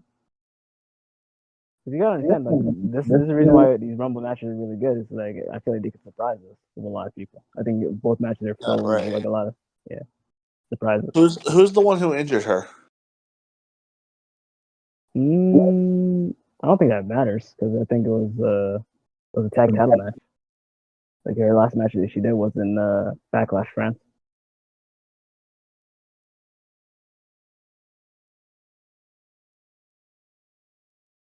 I mean, the main reason why I'm asking is because you could have the start of the Rumble be like the person who attacked her, and then Asuka comes out number 2 to confront It's not the person that person attacked who injured her. her. She got injured in a match. Who was she facing? The tag team champions of that time, or actually, no, the competitors of that time, because they lost the tag team titles that night. Because it was the Kabuki Warriors versus Bianca and Jade. Oh, all right, well, yeah, you're definitely not doing that. That's what I'm saying. You're not having Bianca and Asuka start in the Rumble. You can. This is your fantasy. It would be my fantasy, but that wouldn't be a very good number 1, number 2. So I'll stick with Asuka for number 2, and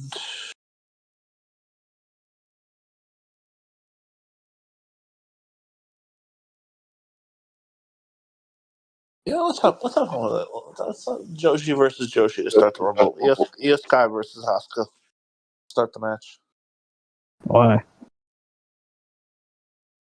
Because I think they would be able to put on a showcase before people start filling the ring. Well, why does that make sense though? I don't know if it makes sense, but it's the Rumble. It doesn't necessarily have to, right? Maybe you don't get the point I'm saying. Pete, does that make sense to you? Io and Asuka starting the match. I could see that. Also, I'm like the only one here that thinks 2 members of Damage Control facing off for the Rumble would be kind of stupid. Okay, never mind. Never mind. I think honestly, Never mind. Yeah, okay. Yeah. Well, you know what I think though related to this? I think there's gonna be a spot in this match where, and I talked about my father and I actually had a discussion though, where we think that remember the story where Jade Cargill was taken out. Yeah. I'm starting to think that I don't think it was Naomi that did it. I think they're using Naomi as like we all think, like my dad and I, we think that it's a red herring and that the real culprit is Bianca Belair, who would turn heel and thus lead to a match between Jade and Bianca at Mania. That could be a possibility. I would definitely like that. Plus, let's be honest here, Bianca Belair as a babyface is getting very stale. It's been still. It's been still since we fucking won the title from 2 years ago. Bro. Like, she's been the same person since WrestleMania 30. Actually, it's been 3 probably. She beat Sasha at 37, right? She's been the same person since that whole time frame. But stale the gimmick. But going back to you, Silver, though. Yeah, if you want I didn't know that they were both still in Damage Control together. But they are, but that's what you want to do. Like, up to you.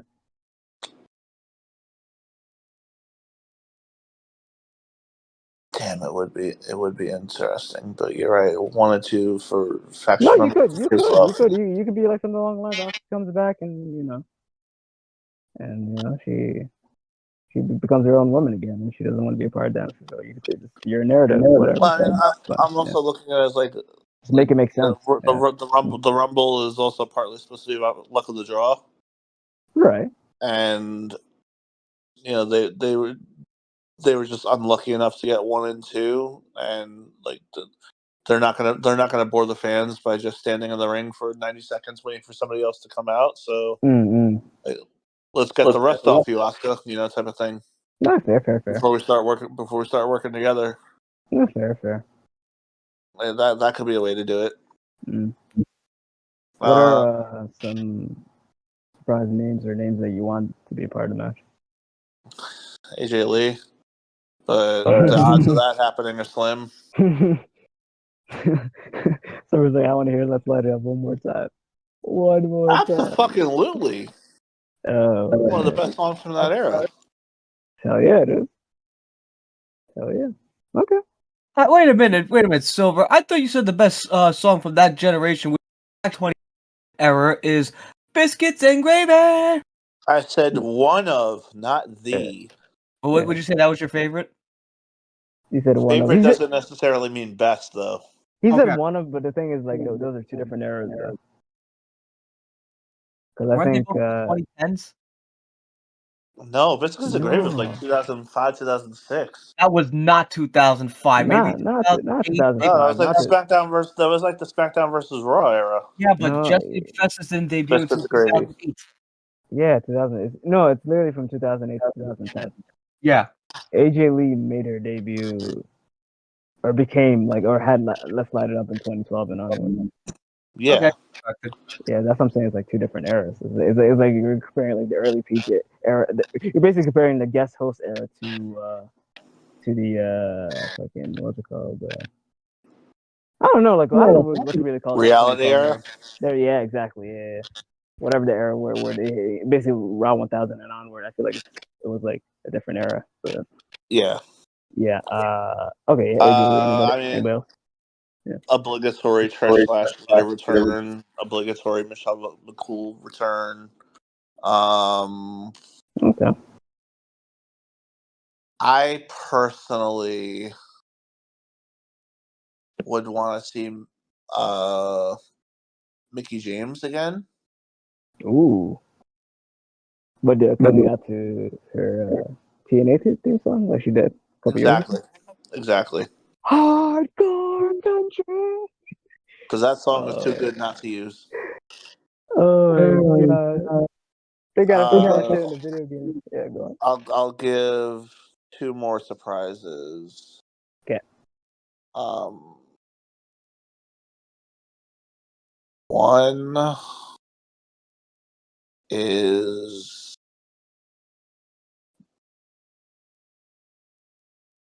Brie Bella, Mm-hmm. and the other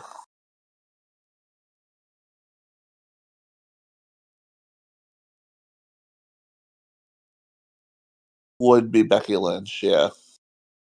By the way, speaking of gaslighting, like when we were watching that Raw, what do you call it, the Netflix thing, that was Nikki. That wasn't Brie. Why were you guys keep saying it was Brie? I'm thinking that was Nikki. And then you got y'all saying like, oh, they're identical twins and this and that. But I'm like, but no, one clearly has the the chess pieces, type of thing. And I'm like, but y'all kept saying it was Brie. Like y'all knew it was Nikki, right? Whoever showed up on that episode, I want the other one to show up in the Rumble. Oh, okay. We'll put it that way. Okay, that's fair. That's fair. Because I thought you just mentioned him because like, oh, like a Bella showed up at Raw, so like whatever that Bella was, would be in the Rumble. But Whichever Bella showed up on Raw, I want the other one to show up at the Rumble. That was Nikki. that's what I'm saying. I don't like. You remember that day? I kept saying No, it was Nikki because people were joking online saying, "Wow, Nikki Bella's in the audience." While same bill. Right. She didn't see him. Maybe she didn't see him. Oh shit!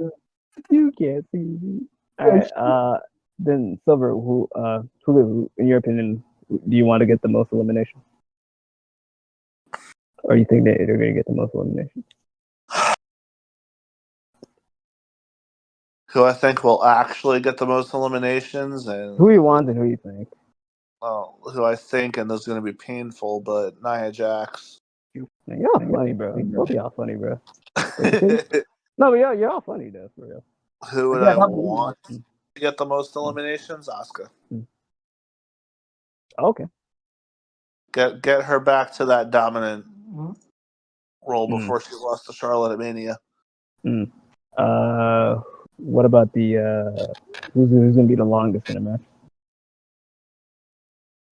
Who's gonna last the longest? Io. Yeah. Okay. You could tell that underdog story of like her trying to run the gauntlet but falling just short. Okay.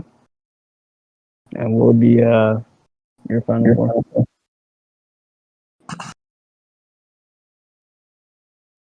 Final four would be Bianca Belair. Mm-hmm.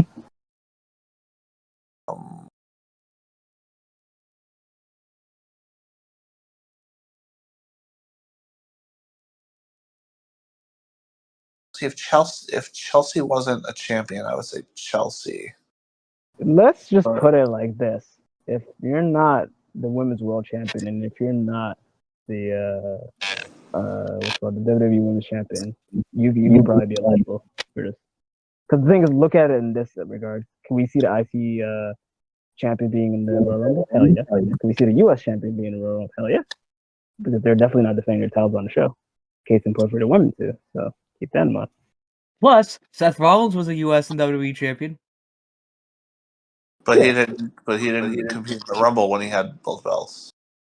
No, but I mean, Chavo Guerrero or one of the ECW champions did 1 year? Yeah. So how can you have a world champion? I know the ECW is really still. I mean, but that's beside the point. Mm-hmm. No, I'm saying whatever like titles do not get defended on this show, more than likely they're gonna be. Unless you're a world champion, you can't make it. You're basically ineligible, I'm assuming, for the match. So yeah. All right. So with that being said, let's put Chelsea Green in there. Okay. We'll put Charlotte in there. Okay. That's fair. And fourth, tough one.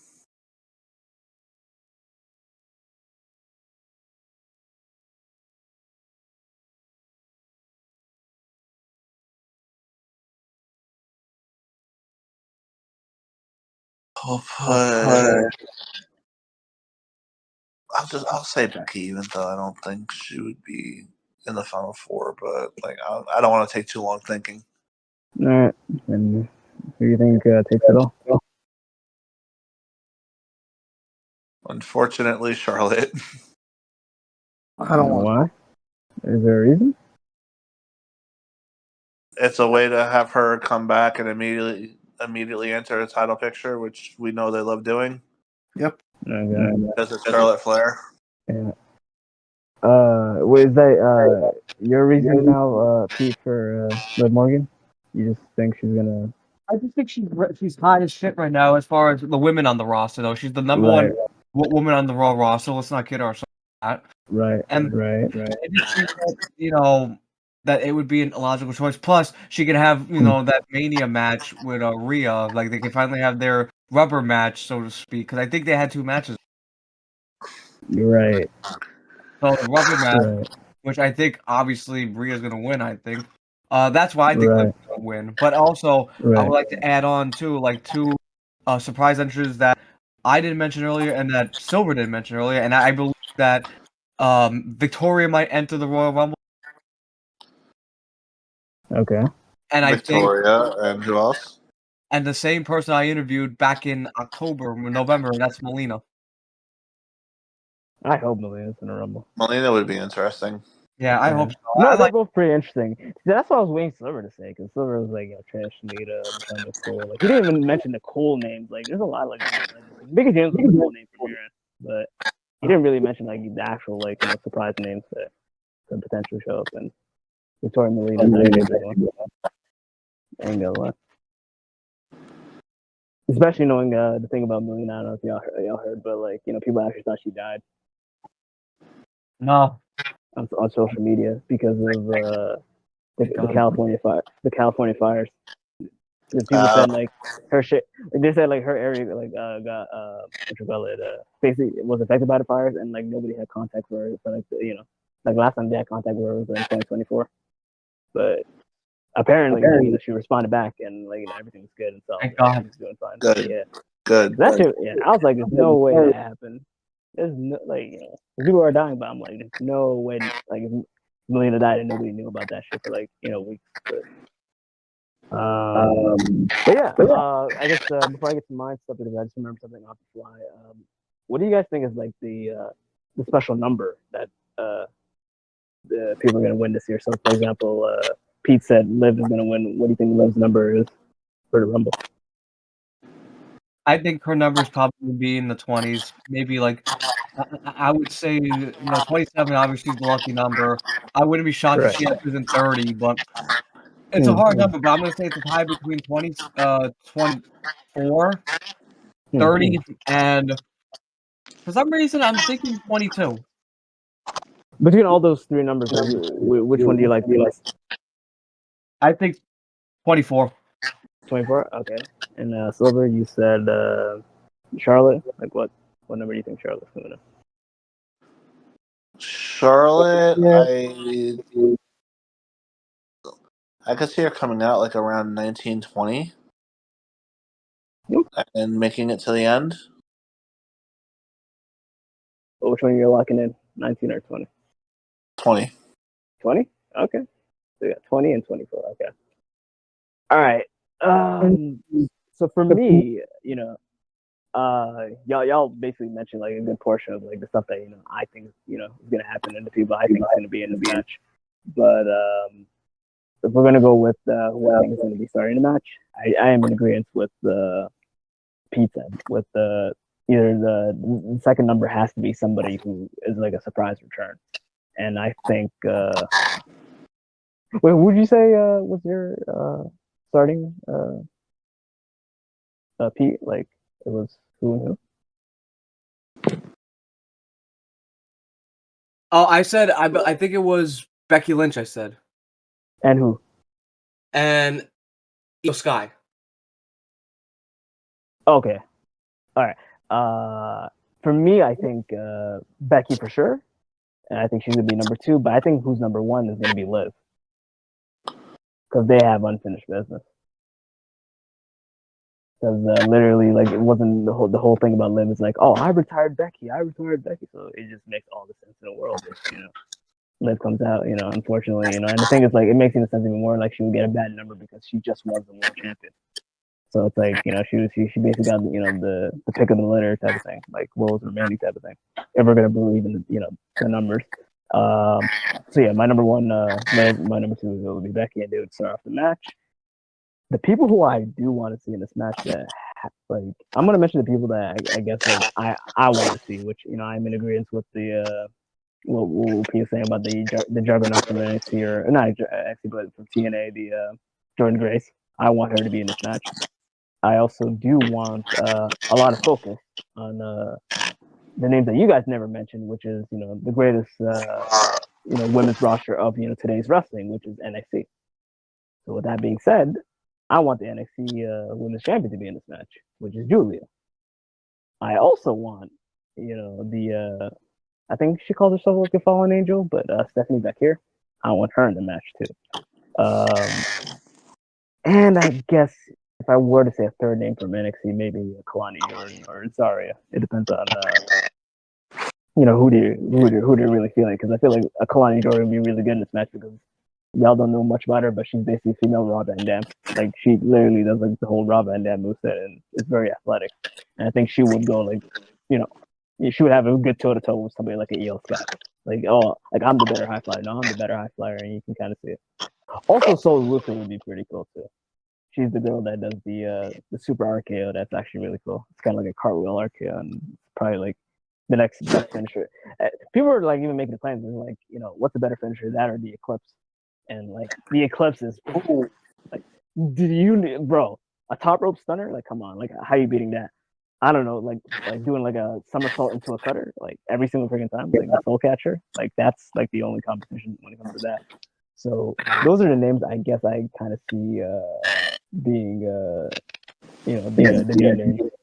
As much as I want to agree with Silver, like the AJ Lee stuff, like, is it possible? Sure. But the thing is, like, the issue that I have is, like, if you're gonna bring AJ Lee back, and this is the thing, like, what I just don't understand with Silver's Final Four. He said, I want AJ Lee in the fucking Royal Rumble, and to have AJ Lee in the Rumble and not in the Final Four is kind of like sacrilege. So, like, that's why I was like, you're not really thinking you're doing your Final Four. But, how's your Final Four? I'm not, paying too much. But, like, just think about it now, like, how much sense does it make to kind of have AJ Lee, like, make her surprise return after being gone? I see her being like a surprise return, but like not like kind of how I know it's sacrilege to say this, but like how Michelle McCool came back like for a couple of minutes and then was eliminated. Like, I kind of see a similar thing happening with AJ, even though I would love to see her get treated better, but yeah, but you're really comparing like somebody like the AJ Lee caliber to like Michelle McCool. They're two different like spectrums. I know that. I guess you got to put it like this. So with the women, like, if I were to give you the equivalent of it's so easy to be like, oh, CM Punk, right? It's like husband, right? But the equivalent of like AJ Lee to the women's division is kind of like an kind of like an AJ Styles. No pun intended. Like somebody who's an upper echelon. Like Michelle McCool, it's like, like, come on. Like, a lot of people say her greatest thing she's ever done was, marry Undertaker. Like, nobody really, like, that's not a good comparison. That's, Yeah, like, for example, in with the Divas title. Huh? Didn't she have a lengthy reign with the Divas title though? Yeah, but who cares and who remembers? You're talking. We're really like when it comes to the Divas title, the only really two individuals that put the Divas title on the map was AJ Lee and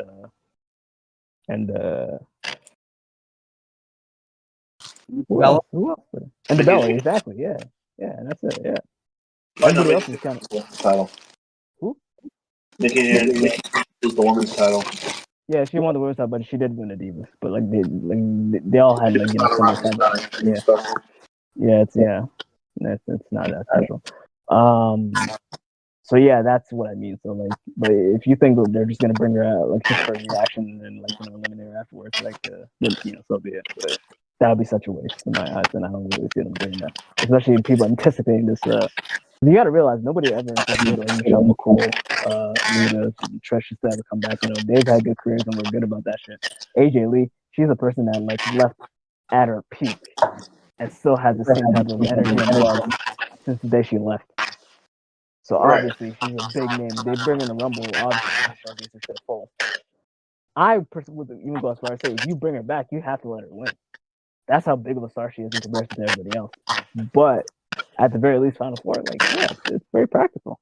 But yeah, I don't see AJ Lee, but that would actually be like a really cool surprise. Obviously, I was gonna mention this as well. She wanted to mention the whole Victoria and Melina. I would like them to be in the match, but I don't know. Like Victoria, I kind of see, but like the Melina one, I really hope just for the the pop and the music again. I gotta hear the Eminem song again, like for the one time. And yeah, so if I think about more names, I'll come back to it. But actually, you know what? I did think about a name, but I'm gonna mention the name as the match goes on. So who I think is gonna get the most eliminations? Y'all are funny with saying Nia Jax. I get it. She's the big person in the match. But like the way I look at her, it's like she gives me Big Show vibes. But not even like also like she has something to prove now that she lost the title. Yeah, but at the same time, I can kind of see like her kind of having like the joke spot in a sense of entering, trying to be dominant and just get eliminated really fast.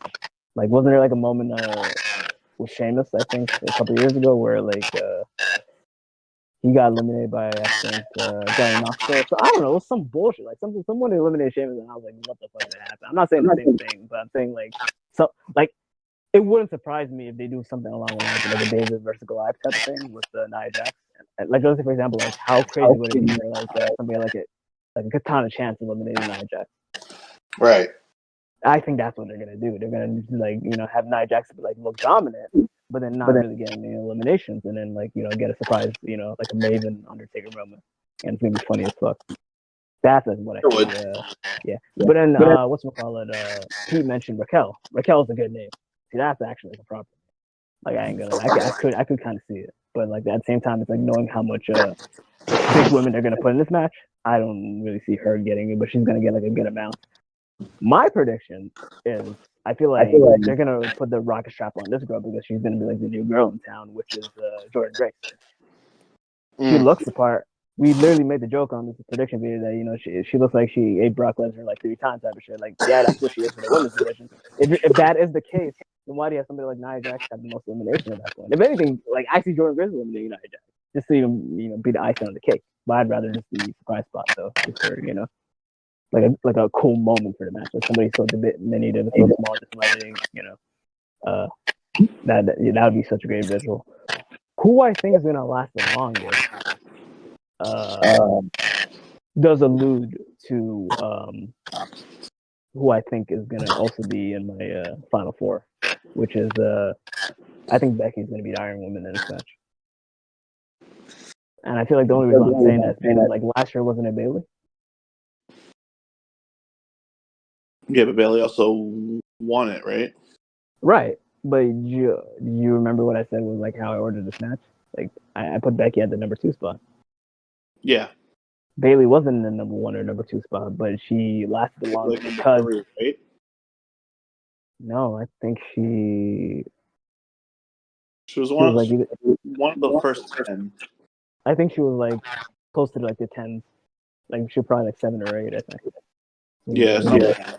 Yeah, but it doesn't matter. Regardless, I'm saying the person who I think is gonna potentially be in the final four who started out the match should be the Iron Woman, and it makes sense because it's like there's a lot of stories you can tell in the match, and one of the stories I hope they tell in this match is I want to see a toe-to-toe with Becky and Lyra Valkyria.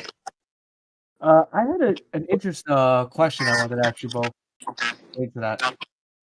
Well, to what? The Women's Royal Rumble match. Okay, Mhm. what is it? The first two people starting though. Actually, what I asked. You guys remember Royal Rumble 20 years ago, 2005? Yes. Who were the first two people to start that match? I don't remember who started. It was Was it Ray? Eddie. It was Eddie and Chris. It was Eddie and Ray. Yeah. Yeah, but you remember the year prior they won the world title for the respective brand. Right, and then they led to like them having a match at WrestleMania being tag team champions. Yeah, I remember. Yeah, but my point is, like how it was the two guys that won the world title started the Royal Rumble out the following year. Do you think we could see a repeat of that with Bayley and Rhea starting the match out with those two? Like, because they won the belts last year, and now this year's Mania, 20 years later, they start out the Rumble at number 1 and number 2. But Rhea is one of the Oh yeah, ones. Rhea is a champion. I'm sorry, I forgot. I keep thinking Liv is the champion. Rhea just won the belt back from Liv. Matt, I Matt keep interrupted my thinking- whole flow just for that. No, but it's like That's I'm so used to Liv being champion. I know. Yeah, she's been so good. She literally been champion since like the halfway point of last year. Like, because I think as I mentioned, she beat Becky and retired her. No, So, what? like, it makes all sense. So, yeah, I said Iron Woman. Okay, so my final four. But I also do want to mention this is a name that none of y'all mentioned that I definitely do want to see in a match. Like, I think obviously with Pete, he said his big surprise name is Becky for the match. Silver, you said your big surprise name is Oscar from your end as a big return. No, I'm thinking about it, and then Mickey James, obviously for the legend. But I'm thinking if I can have two, because I just thought about somebody else too that I definitely now thinking about it. Like that's the way I want to see my final four be. My surprise mid match, I want it to be Alexa Bliss. Who? Alexa Bliss. Oh yeah, that's a good one. She's been gone for too long. Like the last time we saw her wrestle was 2023. That's a good one. So yeah, but the thing is, like, I'm trying to think, like mid match or like final five, like for 25 and onward, because I think that would be such a surprise name. Huh? And what gimmick does she return with? I don't know, because I would rather the goddess. But like, I think what they're trying to do, I feel like there's going to be a spot in the Rumble match with Nikki Cross, and Nikki Cross is going to be in trouble, and that's where like Alexa comes in. Ooh, that's actually clever. I know. I think about clever stuff. You do. But anyway, I definitely see that happening. But the thing is, I do see her getting elimination, and also seeing her like I don't see her like completely like being on Nikki's side. I see her. Matter of fact, I don't see her come back as a heel or a face. I think she's gonna come back in a match between her. She's gonna get like how do I word this? I can see her like eliminating members of heel factions, whether it's like it's the pure trash community or whatever they're called. There's Zoe, Shayna, but then I can also see the other side of it. But what do you guys see like Alexa doing aside from like the thing I mentioned? What's your guys' thoughts on that? Go ahead, Pete. Huh? Go ahead, Pete. Repeat the question. You were staticky. No, I'm saying, what you guys thought on like what Alexa's gonna do in the Rumble? Like, how are they gonna utilize it? How are they going to utilize Bliss? Yeah. I think that is actually what they'll do. I think she's going to have somehow to do with the Wyatt stick. Or she can be a total, swerve where like you think she's going to side with the Wyatts based on the history of her and Wyatt, but actually side with the Wyatt's mortal enemy, and that is the Final Testament. That's a good one. But it doesn't make sense though, because The Wyatt like move SmackDown though? Yeah, but it's cross promotional. It's what? It's cross promotional. Who's to say that we can't have Carrie's wife, in the Rumble too? Yeah. And you got the what's her name? Scarlett from Raw, from SmackDown, and then a returning Bliss. And Bliss, that's when you find out that she's actually with the Final Testament and not the Wyatts. Yeah, but I'm saying, what's the payoff on that? There is no payoff. I'm just saying, like, that's WWE's stupid logic sometimes. Yeah, but you gotta realize who's booking the show now. Yeah, You but can, you, sometimes you can just go. booking doesn't make sense too. Sometimes. No, but I'm saying, in at least, okay, let's talk about like the past year. Like, what happened that just doesn't make any sense to you? I feel like everything that's just been like booked so far just makes sense. Because I think Triple H books for like the smart fans. No, because you can also say, "Listen, I was blinded. Like that guy could have manipulated me. Like Wyatt manipulated me. She could have used the whole storyline where, like, and then I saw the light when I saw the final testing because that's what they basically are, right? Like fixing." Yeah, but I'm saying, what is the payoff? Like, because I have no clue. that's why it's not happening. Like, it would be cool, but like if it's like something along the lines like a mania match, like they do like a whole like faction versus faction thing, that would kind of be cool. But they already did that. They already done the Very. yeah, right. But what about you, sir? What do you think would be ideally how you would want them to handle Bliss? I personally would not want her associated with either the Wyatt Six or the the the other faction. I would want her to be the boss now, and then you can have her pick a side later on, but not at the Rumble itself. But what do you have her like come back to? Like, As the goddess, it's just like a surprise entrant in the Rumble. okay. And then you have both factions try to sway her over. to one side or the other.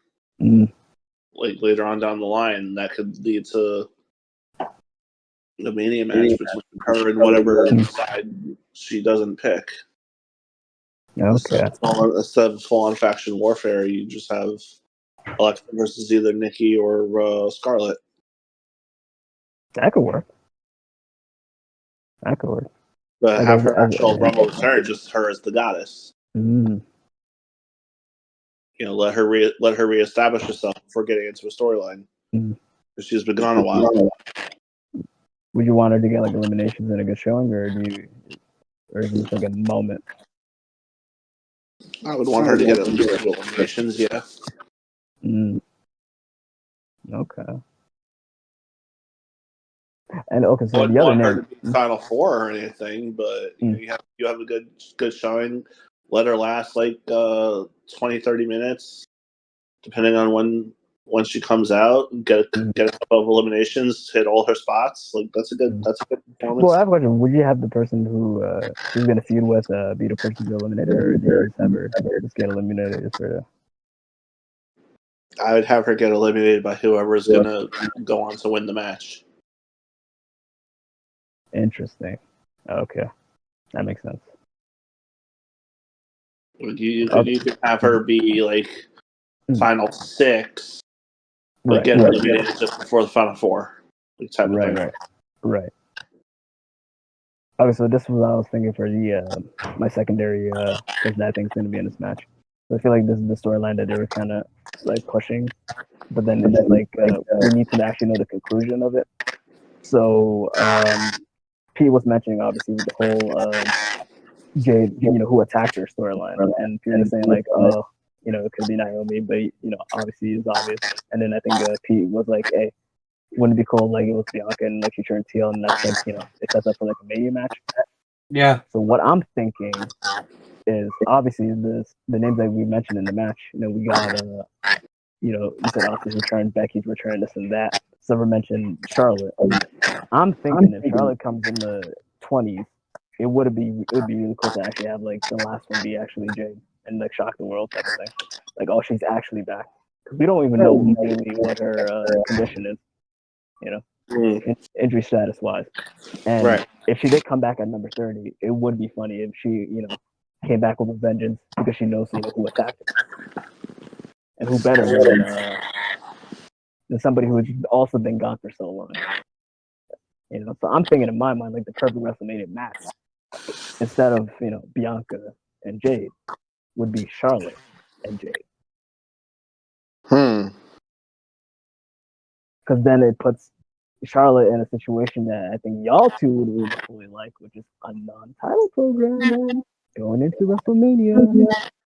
So that's my take on who I think. That would be good. Yeah. So with that being said, like I said, two of my because I think the fact that is the case. Actually, I think I did state all like my final four. If I was looking at, but basically my final four obviously is going to be Jade, Charlotte,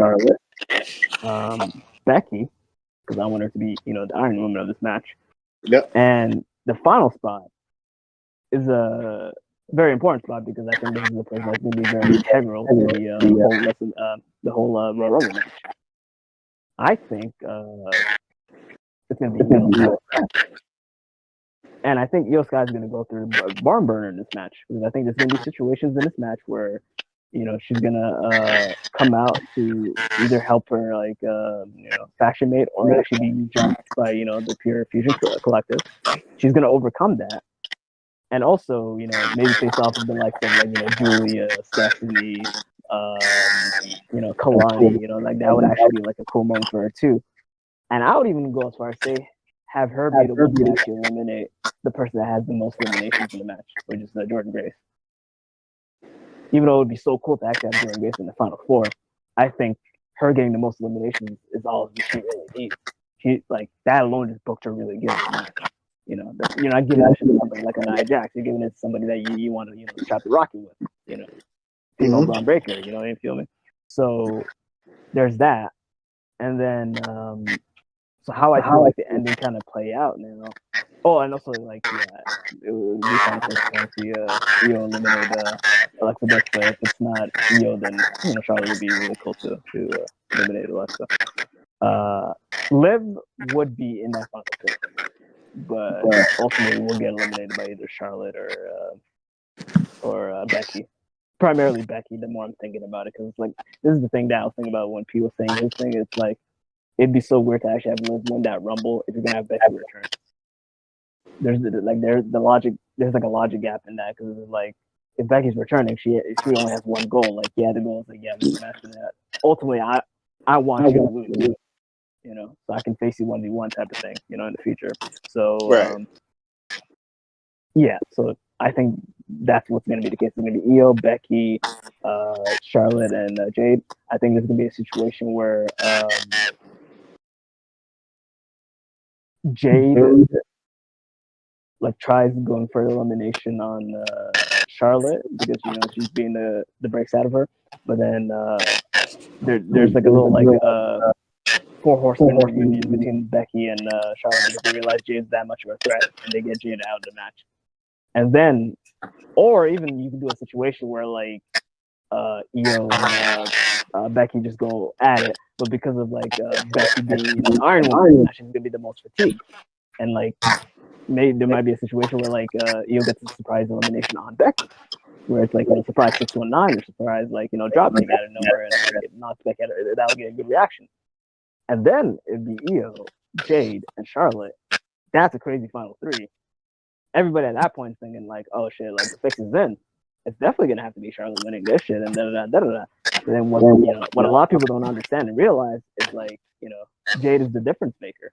She's gonna do everything in her power to actually not really focus on Io but focus on Charlotte. And there might be a situation where like Io gets so annoying that like Charlotte and Jade just just be like just leave us alone and just like toss her like Jade out. I'm toss Io out. But there's like a trick where like Io didn't really fall down. She's like dangling this whole time, and then they're not really focusing on Io. And then I think Jade and Charlotte get too close to the ropes, almost trying to eliminate yourself. And then fucking what's it called? Io does the whole pinning the cat, comes in the ring, super dropkick, eliminates both of them, and there's your winner for the women's Royal Rumble match. My pick is Io, and why I think it makes sense is I think at WrestleMania they're not going to repeat the whole Liv and Rhea thing. That's played out. That's done. We're moving on. I think. Actually, you know what? There's plenty of things you can do. The reason why I want Io to win is like you could have like the cool answer, which is Rhea and Io at WrestleMania, but then it opens the possibility that like it's not just Rhea that she can face. she could face the SmackDown Women's Champion, which is Tiffany. Tiffany Eel would be a great match. Or even WWE has even more of a balls to kind of be like, hey, you know what? We're gonna do the whole subversion thing again. Have Joshi versus Joshi, the proper Joshi versus Joshi, not Asuka and Io, but Julia and Io at WrestleMania. There's plenty of options you can really do with Io winning. So, but ultimately, I think Rhea is the best answer because that's probably the one that has the high likelihood of maybe headlining a WrestleMania or co-main eventing. So that's my prediction when it comes to the women's. So what's you got? Silver, what's your opinion? I actually like it. Okay. I What was actually your favorite part? What was your favorite part and the things you liked from it? number one EO being in the final three. Hell yeah! I would never think anyone would want to see that. You'd be But surprised I'm how pleasantly overseas surprised. they- I'm pleasantly surprised you're thinking about that. Yeah. And I'll be completely honest. I have multiple winners in my mind, Silver. I just went with what y'all said. So like the fact that like she wouldn't have lived, which I wasn't really thinking Liv was gonna win it, but I did think Charlotte was gonna win it. The fact that you said Charlotte's why I went away from Charlotte, which you gave me the lob on that, so I appreciate it, Silver. Because I was definitely gonna book away where Charlotte was gonna win, and you're not gonna like it. I was gonna put so much emphasis on that bitch too. Because I hate to say it, if it's Charlotte, Pika gets great joy out of pissing me off with Charlotte Flair. It's oh not even yeah, funny. oh yeah, It's not even funny. it's not even funny. But the thing is, I really think I get great joy of pissing you off when I mention Jericho. See, but there's a difference between my dislike of Charlotte Flair and my dislike of Jericho. Yeah, you hate My Jericho dislike more. of Charlotte is just because like she, as good as she she's been given too much too quickly to the point where she's had so many runs with the title that like I'm just sick of seeing it. With Jericho, I don't like Jericho the person, but Jericho the performer is great. So you heard it here first. You like Charlotte the performer, but you don't like Charlotte the person. Got you. I don't like Charlotte as a person. Like I'm neither here nor there. Like she seems like a decent person, but I don't have a strong opinion. Yeah.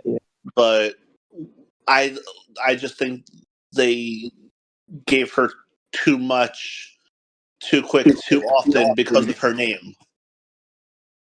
Yeah, but they didn't space it out as well as they could have. In my eyes. See, in my opinion, that could be debatable, right? But like to say like everything's been given her just because of her name does undervalue how great she is for like the women's roster. Like I said, as great as she is, I know, but you can put in the same sentence as great as somebody's as they're getting all this because of their name. Because it's either one or the other. They're getting it because they weren't the same sentence. I said as great as she is, and then I made a different point, and then later on I brought up her name. Yeah, but you know what? But Silver, you know what? Not defending Charlotte Flair, but at least she went through the developmental system. Unlike someone like Dominic Mysterio, who didn't go through the developmental system, won the tag team title almost immediately when he was on the main roster. Exactly. There's a big difference between winning a tag team title with your father and winning like 11, 12 world championships in the span of like 4 or 5 but years. you're telling me that's not nepotism too? It's a much lower level of nepotism. Yeah, but you know what? It's still nepotism, John. And the thing is, like, but there's levels to this shit. And there's levels, which is why the level I'm stating is Charlotte deserves everything that she got in that short amount of time because she was actually that fucking good. Yeah, but I just don't understand. Like, why is it okay for certain people, but why is it not okay for other people? That's what I'm wondering too. Yeah, because the thing is, like, Silver will say the same thing about John Cena, but like he won't be so adamant about it because he'll be like John Cena's the GOAT right now because he's so loved and he but it's like it's literally the same thing with Cena too. And I still don't want John Cena to win his 17th title. No, I know you don't, but the thing is, you never said that though. Like in the sense of when Cena's like on his like reign of terror or whatever. So now you never said like, oh man, I'm sick or tired of Charlotte. You never were adamant about that shit, like how you are with Charlotte. That's what I don't understand. Yeah, but you know what? To be fair, he said about Randy Orton, then Silver. I mean, Yeah. You know what I said the same thing prime about in Randy his Orton too. prime, Randy's the same Randy thing Orton too. got the same treatment as Charlotte. Oh my god. Yeah, you got close over because Randy did definitely have that same beginning as Charlotte. Literally had that same treatment as Charlotte. So I mean, Yeah. No, Charlotte, but we know what the answer is though, Pease. Like Randy was more entertaining and less annoying than Silver. Like Silver just doesn't like Charlotte. Like it's yeah, not just being a compliment. He just doesn't. Yeah, I get that. And obviously, I think I made it even worse for Silver because of NCWS. But the thing is, like regardless, like NCWS or I can not, separate NCWF from WWE though. I think you can't though, honestly, because I think that's a lot of reason why you're not willing to give it like the second chance. So. Because I'll put it like this though, Silver. When was the last time Charlotte actually had a world title? It's been like a year or two now at this point. I would say a little bit more than 2 years. I would say because maybe I think the last time she had it was like early 2022 maybe. But Pika, to be fair, yeah. I'm going to defend Silver right now here because I'm not a similar way. There's some people I don't like. You know what? Professionally, I gotta respect them though. Like for what they did. Like for instance, in Power Rangers, I wasn't fond of one original Ranger, and I didn't care for him personally based on my interaction with him. But I will never take away what he did in history. Mm-hmm. I think I know who you're talking about, but whether or not you want to actually say the name is up to you. I don't have to say it. I'm just saying I don't particularly care for the person personally because they felt like that I'm just gonna say that they felt like that my show was very low stream that they couldn't even have the time to actually do an interview. No, you can opt them out. There's gonna be a good 300 people watching this. Like it's cool. I just find it insulting. Well, wait, when did this interaction happen? Number one, 2020 or 21. Okay, so this was still when your show was in its This is infancy. when my show was getting started. But the point is, how about helping those that helped you become a star? I mean, without you, I mean, I'm not saying you, Silver, but I'm saying if it wasn't for those fans, then that person would have been a nobody. Nobody would care about that person. No, agreed. But the other, I'm famous for this, Pete. Like looking at the other side of things. I know. And the other side of things is like at 2020, 2021, you were objectively a very, very small channel. That's a very fair point, Silver. But to be fair, I can also say the same thing about Mr. Jericho. I mean, all he was just doing was just protecting his intellectual property, and that's all I'm going to say. I mean, yeah, do I agree with it? Absolutely. But I'm just saying, you can't fault him for just protecting his brand. I mean, I get it. And a business perspective, I get that. But there's ways to do it. Like instead of just giving two strikes on a channel, like with no warning whatsoever, as opposed to like sending a cease and desist. Right. That won't affect somebody's future. Like there's ways to do it. Yeah, but you're absolutely right. There are ways to do it. You are correct about protecting the property, though. I won't deny that. Okay, but there's the difference between somebody trying to steal your intellectual property and somebody doing an homage. Fair enough. Doing an homage. Yeah, because Silver wasn't actually like using Jericho's audio, like or whatever. Like he was basically just the theme song. Yeah, he was role playing. He was role playing as Jericho. That's it. Yeah. That's fair. And you know what? There are ways to do this. And I don't think going ways of talking condescendingly to a fan about like saying how they're not on his level, that they can't do an interview, despite the fact that if it wasn't for fans like myself and other people, nobody would give a crap about this person. And that's a fact. Absolutely. Like, I don't take away your side of it at all. You are correct. But from the business end of it, in terms of like,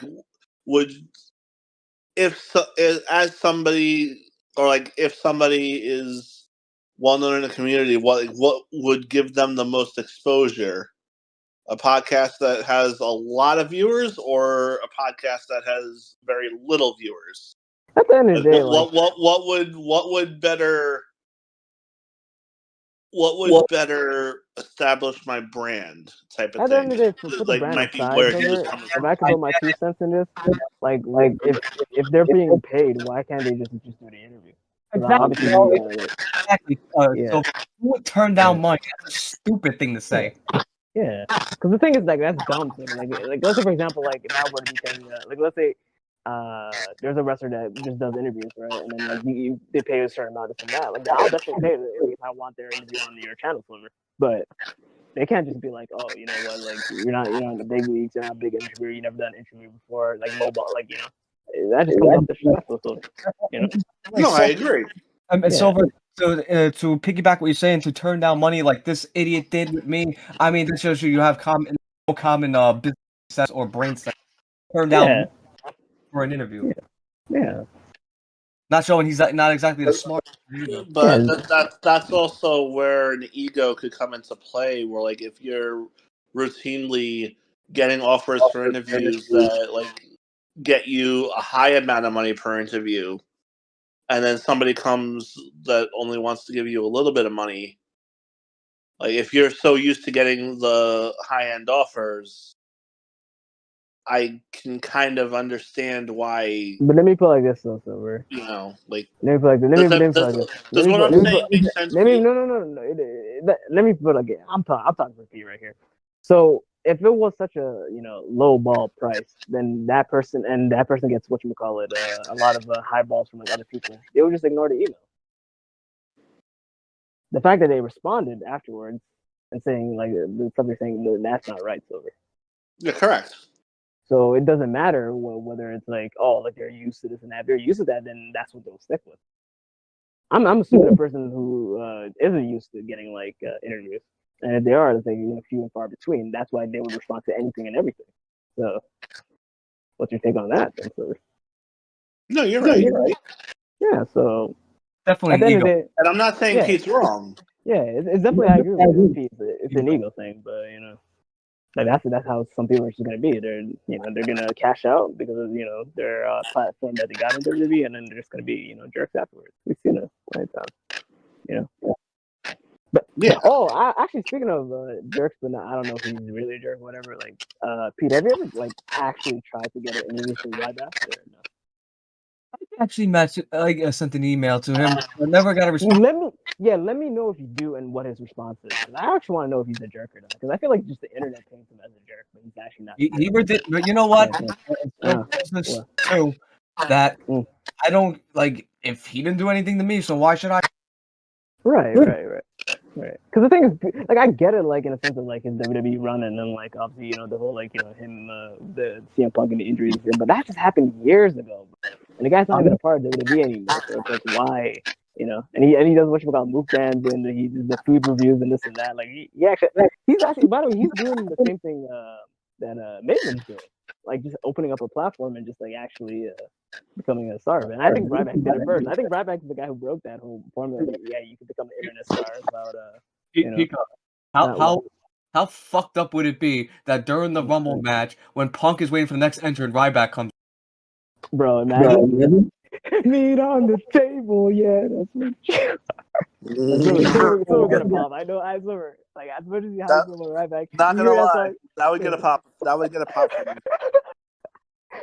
Hearing meat on the table again would get a pop for me. I can't lie. Oh my god! You know what my reaction would be? Obviously, gonna pop at that same time. Put him in the video game. I love playing him, bro. Get Bring back to a showcase, please. Yeah, please give me back the meat hook clothesline. Why'd y'all remove that shit? I think we should give Goldberg his retirement match. I think it should be Goldberg versus Gunther, Saudi Arabia, Bret Hart, the special guest referee. Oh no! At that point, bring back Ryback and let Ryback be a Goldberg's retirement match. Like if we're going by that, because at least that was the dream match that people wanted back in the day. They're like, oh, what if Ryback in his prime and Goldberg then? Would face off. Peter, I have a question now. Uh-oh. If they're not going to do Goldberg versus Braun Breaker, why would you want it to be Gunther? I don't want them, but they did tease that. You remember? If I'm not mistaken, they did tease that on television. Yeah, they did tease it. Yeah. And they had a pull apart brawl at a bad blood. Gunther and Goldberg? Yeah, Huh. because they were in Atlanta, Georgia. Remember they said you could be Yeah. a better, Okay. you could be a better wrestler than you were a father or some shit. He said. Yeah, something like that. But I thought it was I thought they did that segment. Fair enough. I thought they did that segment just to be like, Goldberg's part of the team now, or part of the WWE, and he's gonna do his retirement match. Like that's a way to like bring him back to the. But they could always go back to that if they wanted to, but I don't see it. Gunther's gonna kill Goldberg. You gotta somebody that protects him a little bit. But, with that being said, though, so we were talking about Charlotte. So I'm gonna end off with this, like with the Charlotte thing. It's like you keep saying you're the person that always talks, turns the other cheek or talks about like the other side of things. You don't do that with Charlotte. Yeah, you don't do that with Charlotte also. Don't be a hypocrite. Like with that, like I know you primarily do that shit, but you don't do that with Charlotte. So I'll be right back, guys. Yeah, but and the only thing that I can really say about that, like to turn the other cheek, is if it really has been 2-3 years since she's been a champion, then yes, enough time has passed that you could put her in a title match. Yes. Hell yeah. And I'll even put like this: the way I still would not want her to win, but at that point, I could see the logic of but this is the sad using her to establish your champion. Yeah, but this is the sad reality that I see what's gonna happen. Obviously, Charlotte's a good favorite to win the Rumble, right? But the thing is, there's two things that just makes me be like, as much as I want to see that, I don't think it's happening. One is like she literally won a Rumble before, and I don't think they want to repeat the winners as of this time frame. And two, Charlotte can low key have that title match at WrestleMania without winning the Rumble. Yeah, she can. And that's sole reasons why I don't really see her winning. Because why give her that Rumble when she already won a Rumble and you don't need the Rumble to actually, get her match with Tiffany at WrestleMania? Because I think that's probably the direction that they're gonna go, Tiffany and Charlotte at WrestleMania. That's proven otherwise. So. Yeah, so that's my qualm on that. Like, yeah, so if your biggest fear was like Charlotte winning that shit, and it'll be a disappointment. Let me just relieve it a little bit. Like, I think there's actually a huge possibility that it won't be her, especially if they do reveal like in the storyline that I said, like if she was the one who attacked Jade. Because I'm doubling down on that because that's what I said at Survivor Series, and I'm still sticking on it to this day. I think if I remember correctly, you said it was Bailey or potentially Naomi or whatever, and I think I said it was Charlotte because I think that would be just a perfect opportunity to bring her back as just that dastardly heel. And I think the other guy, said Bianca or whatever too. I don't know, but yeah, that's my final. So now we can move on to the men's, and I feel like since she's gone, you can we can do ours before Pete comes back. So what do we have next on the agenda for like the main event? So the main event being the men's Royal Rumble match. I think a good number 1 and number 2. I'm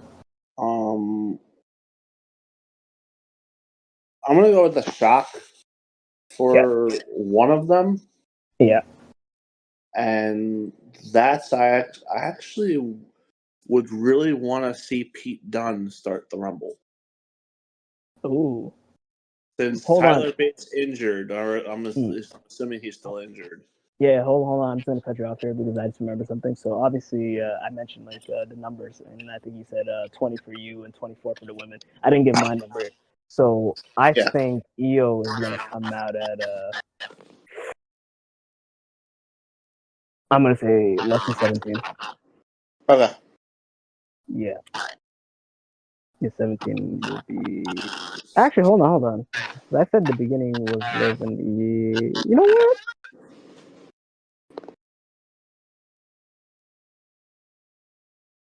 Let's go 14 instead. 14 is my projected winner. Okay. All right, 14. But if it's 18, then I'm gonna be pissed because I fucking erased my fucking whatever thing. But so yeah, going back to you said Pete Dunne. Okay, that is a surprise name. But who starts with him though? I would have him start with Shinsuke Nakamura. You have Shinsuke's theme play first because like that's a theme that Mm. can get the crowd excited for the match. Mm-hmm. He has one of those songs that people would interact with, Right. and then Pete Dunne, like him starting at number 2, puts a spotlight on him that he needs since his partner's gone on injury, Right. and like it gives a good showcase to him, and I think him and Nakamura would have good chemistry because their styles are kind of complementary. So like that would be a good showcase for men's wrestling to start the match. Okay. It's probably not the traditional pick, but like I'm trying to be a little different with it. Okay. And who do you think are some of the names that you could see in the match as a surprise, as a return?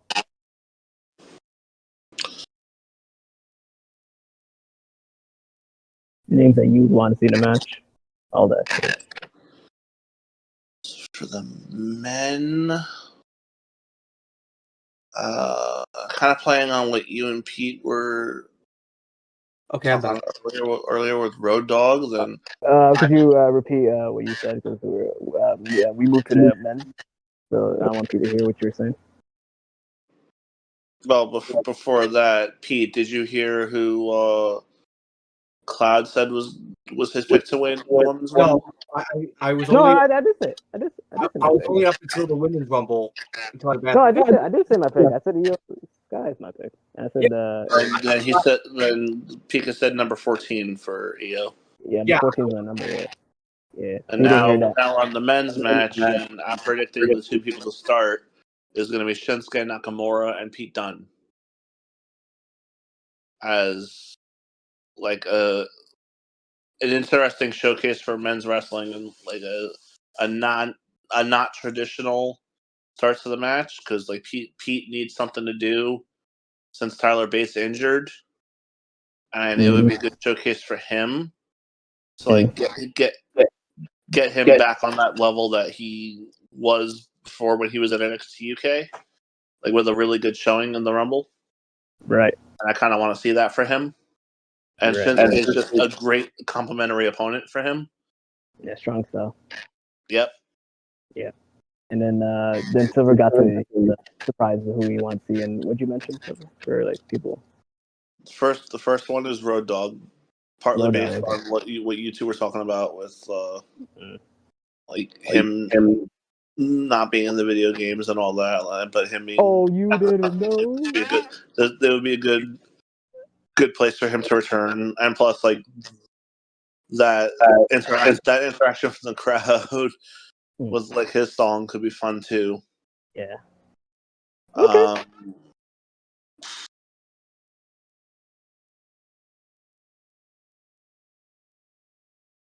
To kind of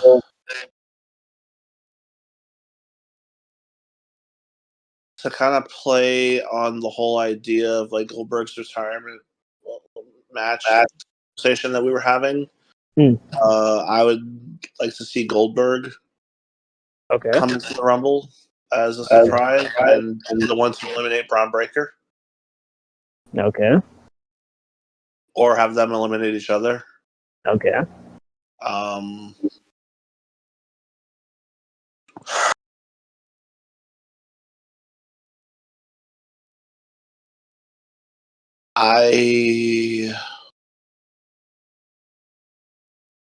Let me know when you finish your one. Since there's somebody that I just thought about. I'm like, it would be complimentary to what you were saying for your Rumble. Yeah. Let me know. See, because it's tough because a lot of the names that I want to say like have no business being in the Rumble. Okay. Like Austin coming back, like I would love to see it, but it would make no sense. Right. Undertaker would make no sense. No. Shawn Michaels would make no sense. No. Like that's the problem I'm having. Like Kane wouldn't make sense either. You could do Mankind, but that wouldn't really make sense either. Mm-hmm.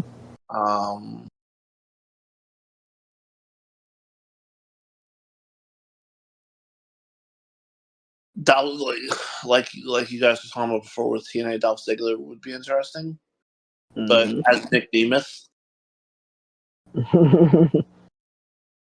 that'd be funny. Dolph Ziggler, like that'd be weird but funny. Yeah, that'd be actually funny. Yeah. I don't think they're gonna do that, but Zack Ryder would also be interesting. oh hell yeah! See, now you're speaking my language. Um, Now you're trying to get. Now you're trying to get. He's trying to get Pop for the boys. Like, what you said fucking Zack Ryder. You trying to get Pop for the wait, is he gonna come out to radio or is the indie song? oh, radio. Oh, I got it. He's trying to get a Pop for the boys. He's trying to get... Okay. For Dolph, is he coming out to show the world or Most Wanted? Most Wanted, because it's his Nick Nemeth character. Well, that shit's gonna be funny as fuck. He goes, "That's the Most Wanted." I promise. I might shed a tear on that. And if I said as Dolph Ziggler, then it would be Here to Show the World. But okay. since I'm bringing him, But I into the Rumble have a as question. Nick Nemeth, Why do you choose a Dolph and Nick Nemeth, but then Zack Ryder, not Matt Cardona? number one, I forgot his name was Matt Cardona in TNA. Number two, everywhere outside of WWE, but yeah. Number two, I think Zack Ryder's his more marketable name in terms of a return. And yeah, you could say the same thing about Dolph Ziggler being a more marketable name than Nick Nemeth, but Nick Nemeth either was or is a champion in TNA. Let me put it like this: if you're gonna have Dolph in a Rumble, why wouldn't you end the light by saying he comes back as Dolph? Like, if we're being completely honest. Again, yeah, you could do it that way. But Nick Nemeth would be more shocking. I don't like. And actually, why that's the main reason why I'm saying Nick Nemeth. Yeah, why are you saying Nemeth? It's actually Nemeth. However the fuck you pronounce it. Because you're fucking up my pronunciation for that shit. Nemeth doesn't even sound intimidating. Nemeth. Yeah, there you go. But no, but the thing to answer what you're saying, Summer, like the difference between like Dolph and Zack and Rumble is like Zack could possibly come back to WWE. Yeah, Dolph at least is signed with TNA because Zack is a free agent right now. So, but this is the thing though, Silver. But then just like how they brought back Mickie James for the one night for the Rumble. Yeah, but she was they used her TNA gimmick. That's another reason why I'm saying use Nick Nemeth instead of because she was TNA champion. Because she was TNA champion. That's why she came with her TNA song. That and she was representing TNA, so like I would want Nick to represent TNA as well. Okay. I would rather them represent him like he never left. Just go out. To each their own. Yeah, but also don't get me wrong. This is not a case of me having anything against Dolph Ziggler or anything. I'm just thinking of it like from represent the company that you're currently with. Right. If you're not going to make a long-term return to WWE. Right. You know, like that's mainly where I'm coming from with this. No, it's fair. But I'm trying to think of an NXT name as my last person. All right, let me know when you. I haven't said NXT. Okay. Think about your NXT name, but I'm gonna mention this for your list. Like it would actually be cool. Tyler Bate makes his return for the Rumble. I thought about that, but I also don't know what his injury is or how severe it is. It was a torn pec. Yeah. So, how long has he been out so far? He's been out since the summer. That's as long as Ilya Dragunov, right? Huh? Just as long as Ilya Dragunov has been out, right? Yeah, he's been out too. Yeah, but he got injured more recently, though. Oh. Yeah, he's not going to be in the Rumble. He's been injured for like 2 months, 3 months, I think, or some shit. With Boston Reed. Yeah. But yeah, he's not going to be in. Yeah, no. He got injured from the Survivor Series.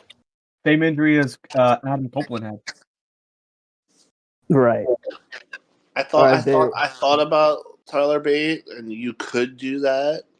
Because the only reason But- I'm saying that is like, look at Cody's return. Like, how long did Cody take before coming back after he tore his back in Hell in a Cell?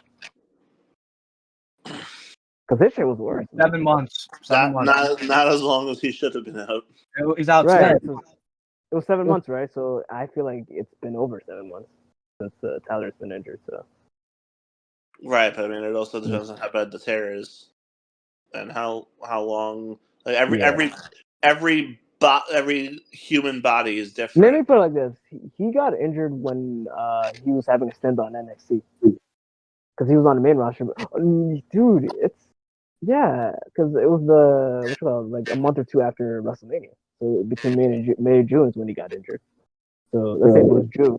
You got July, August. While. Okay. Right. That's what I'm saying. Like, there's a likelihood he might actually show up. And since you mentioned Pete Dunne and like the whole storyline, like people calling Bush and this and that, and like like it would be cool if like Tyler came back just to back him up. Yeah, And, it would. Yeah. But... Yeah. And save him from getting elimination, it would be like a shocking moment because it's like, holy crap! Like Tyler being back again, we never saw that coming. But when you look at the time, but you can do that without having Tyler officially be in the match. no, it would be better. Do the rundown. But no, it'd be better because the thing is, if you're gonna bring Tyler Bate on screen again, you gotta have him wrestle because literally his best attribute is his wrestling ability. Yeah, I know. Nobody wants to see him as a manager or a mouthpiece. Like, it'd be funny as fuck. Don't get me wrong. Like, I would only want to see that, like him as a mouthpiece or a manager, if he's not fully cleared to come back yet. Yeah, because I'm telling you this. But you still want to have him appear at the Rumble. I'm telling you this just for an advance. Like, Tyler Bate is one of the guys that I would have put in the IC ladder match for sure. Like, he's gonna be back. Oh, I would agree with that. Yeah, so it's like it's better to kind of like have you would put either Tyler Bate or Pete Dunne in that bitch, one or the other. Right. Yeah, absolutely. Right. So yeah, have you thought about your NXT name? I guess the most logical choice from get the fans riled up and interacting with the show would be Trick Williams. Yep. Hell yeah. Yeah. I would go to him. There you go. That's a good name. Having the audience sing along to "Whoop That Trick" as he's coming down, like Whoop that trick. What? If you're doing that, you need Booker T on commentary. Yeah. Definitely. I like. You could also do that with Booker T being an entrant in the Rumble. I wouldn't want to waste a surprise spot on Booker T though. No, I would not That's care. why I would not care. I would not care if Booker's in the Rumble. I think it would be cool. I just want to hear him say all the reason I'm saying is like, Pete, you watching NXT recently or not? I'm gonna watch NXT now because of this. Yeah, I'm starting to get into this. I'm not gonna lie. Bro, Booker's commentary is unhinged. He's fucking great in NXT. No, but like this guy, like either is like the most funniest guy on commentary or the most horniest guy on commentary. And the third woman wrestle, he does something that's just funny. I love his feud with Joe Hendry. Yeah. Oh, what about Joe Hendry? I'm saying I love his feud with Joe Hendry. Booker T doesn't like Joe Hendry. No, but he's the leader of the fan club, though. Like that's the way it's confirmed. So he doesn't like him, but he's secretly like him. He's a secret. Although I'm not gonna lie, onto the whole Booker T being unhinged and he is. His creepy interaction. Am I the only one who finds his interactions with Roxanne Perez creepy, or at least when she got kinda. But the thing is, like, it's not as creepy. I know he trained her, but that's what I'm saying. Like, if he trained her, then basically that's his like number one girl, basically. Right? I get that. Yeah, like from a visual standpoint, like not Booker's not from a real life standpoint, but from like how it's presented on TV. No, but like, okay, let me put it like this: how unhinged Booker is on commentary, so Pete can get a good understanding. There are moments in the commentary where like Vic Joseph's like, you're married to like Charmel. Like Charmel's not gonna like the thing they're saying. Like it's that. Poor Vic is like, well, I don't think Charmel would like that. And then Booker T's response every time, "I'm just doing my job, Vic. I'm just doing my job. I don't know what you're My talking job. about." I just do my job. I don't know what you're talking about. I don't know what you're talking about, Vic. Every time a booty bump happens where a girl puts her butt in some other girl's face, Yeah, he's like, quack, "I quack. like it. I like it." Bucket, quack, quack.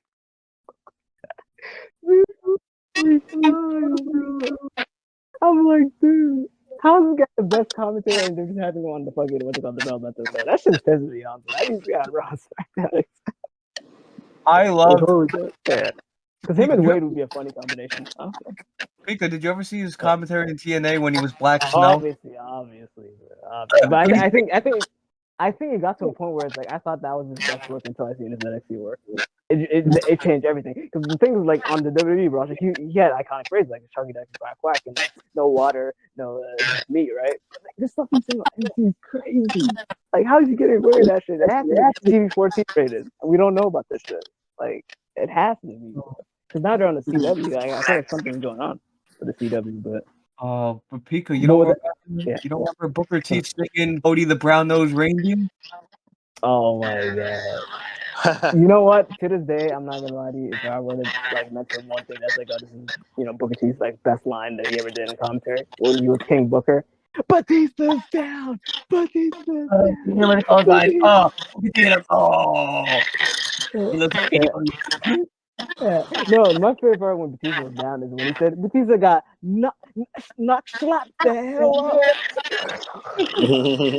What about And he's when he spoke to Crime Time, he's like, I don't speak Bunnix, and then 10 minutes later, oh hell no, I just got tapped. Remember that one time when Vince showed up and he shook Cena's hand and said, the sacred lines, and then like Booker was there afterwards and said, "Tell me, I did not just hear it." Oh my god, don't mention that. That just brings me horrible memories. I know. But the What fact a he idiot! shook Cena's, no, the fact he shook Cena's hand, it wasn't even somebody who was black, man. Fuck, like he just ruined everything, man. Oh, you said that. Guys, you remember when Durag Rich was Cena, and Cena said, "You're nothing more than a worthless guy, a stooge that wears a do-rag and all that stuff." He's like, and Vince is like, "Don't be talking about my brother's Crime Time like that."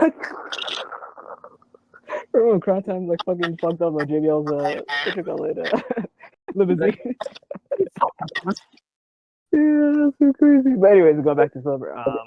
Yes, he's a trick. That's actually a good one. Who would you say is going to be the most eliminations from the men's on your end?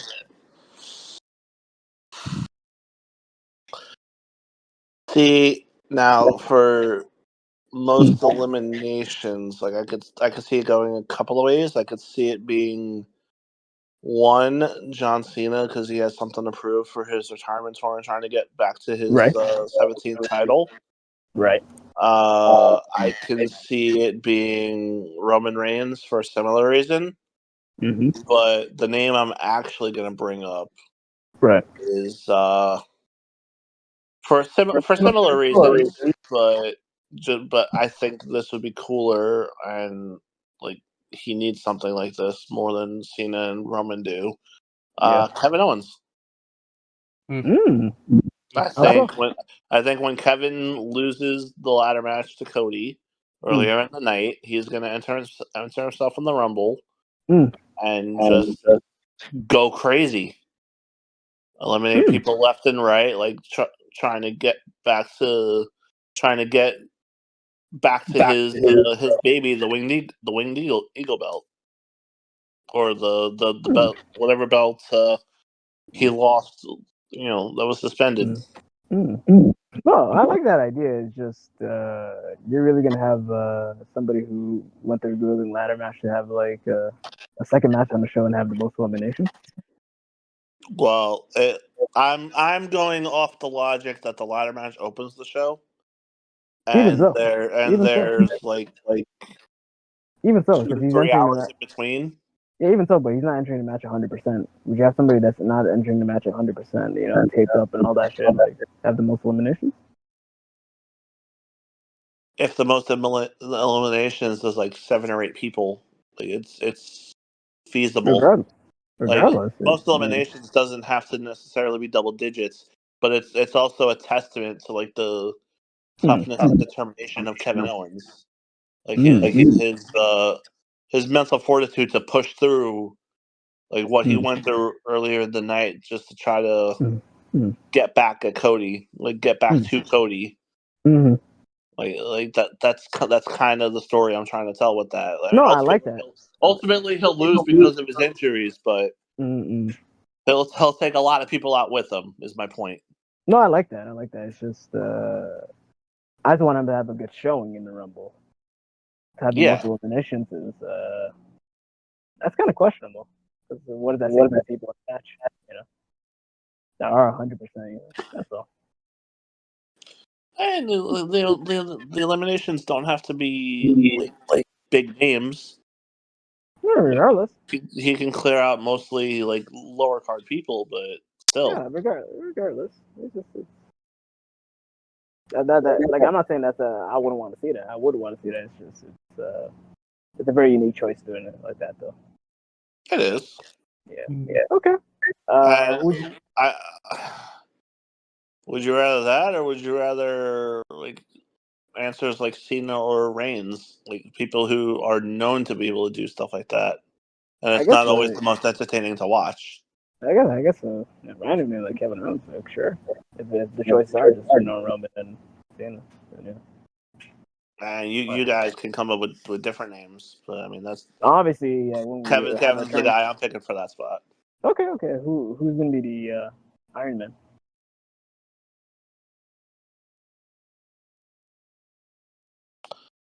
Iron Man would be Cena. He would be the one to last the longest. Okay. But by the longest, I would say like 30-40 minutes. How many eliminations would you give Cena then on your fantasy? Because he's not gonna be the most because that's Kevin Owens apparently. No, but a solid 5 would be good. 5, okay. That's okay. Especially like towards the second half of the match. Like he could eliminate 2 people from the final 6.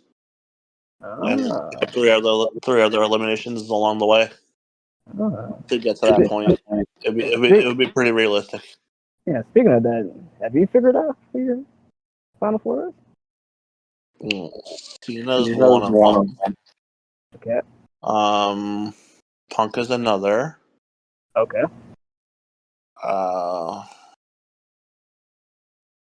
Roman's third. Okay. And fourth.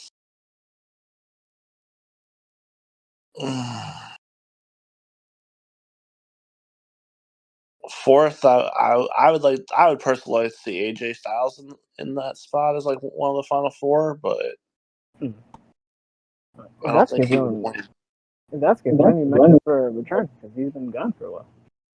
Oh yes. Well, good. All right, yeah, you can make him another one of the returns then. Okay. That's a good one.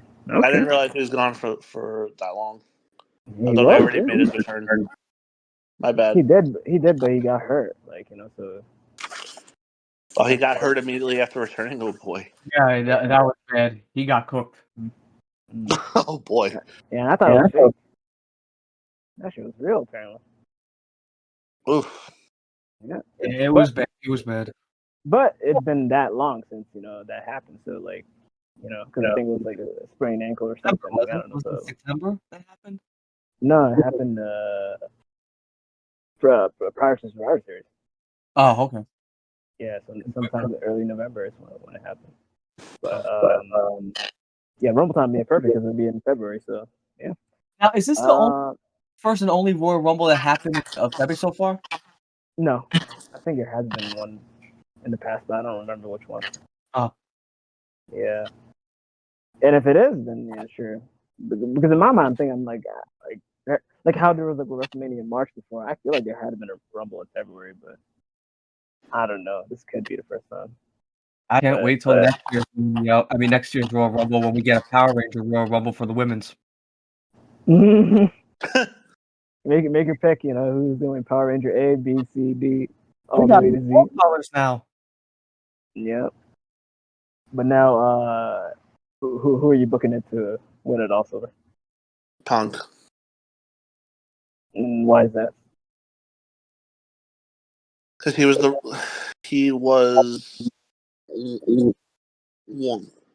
either the runner up or he was like final 3 last year, and he was supposed to win it then.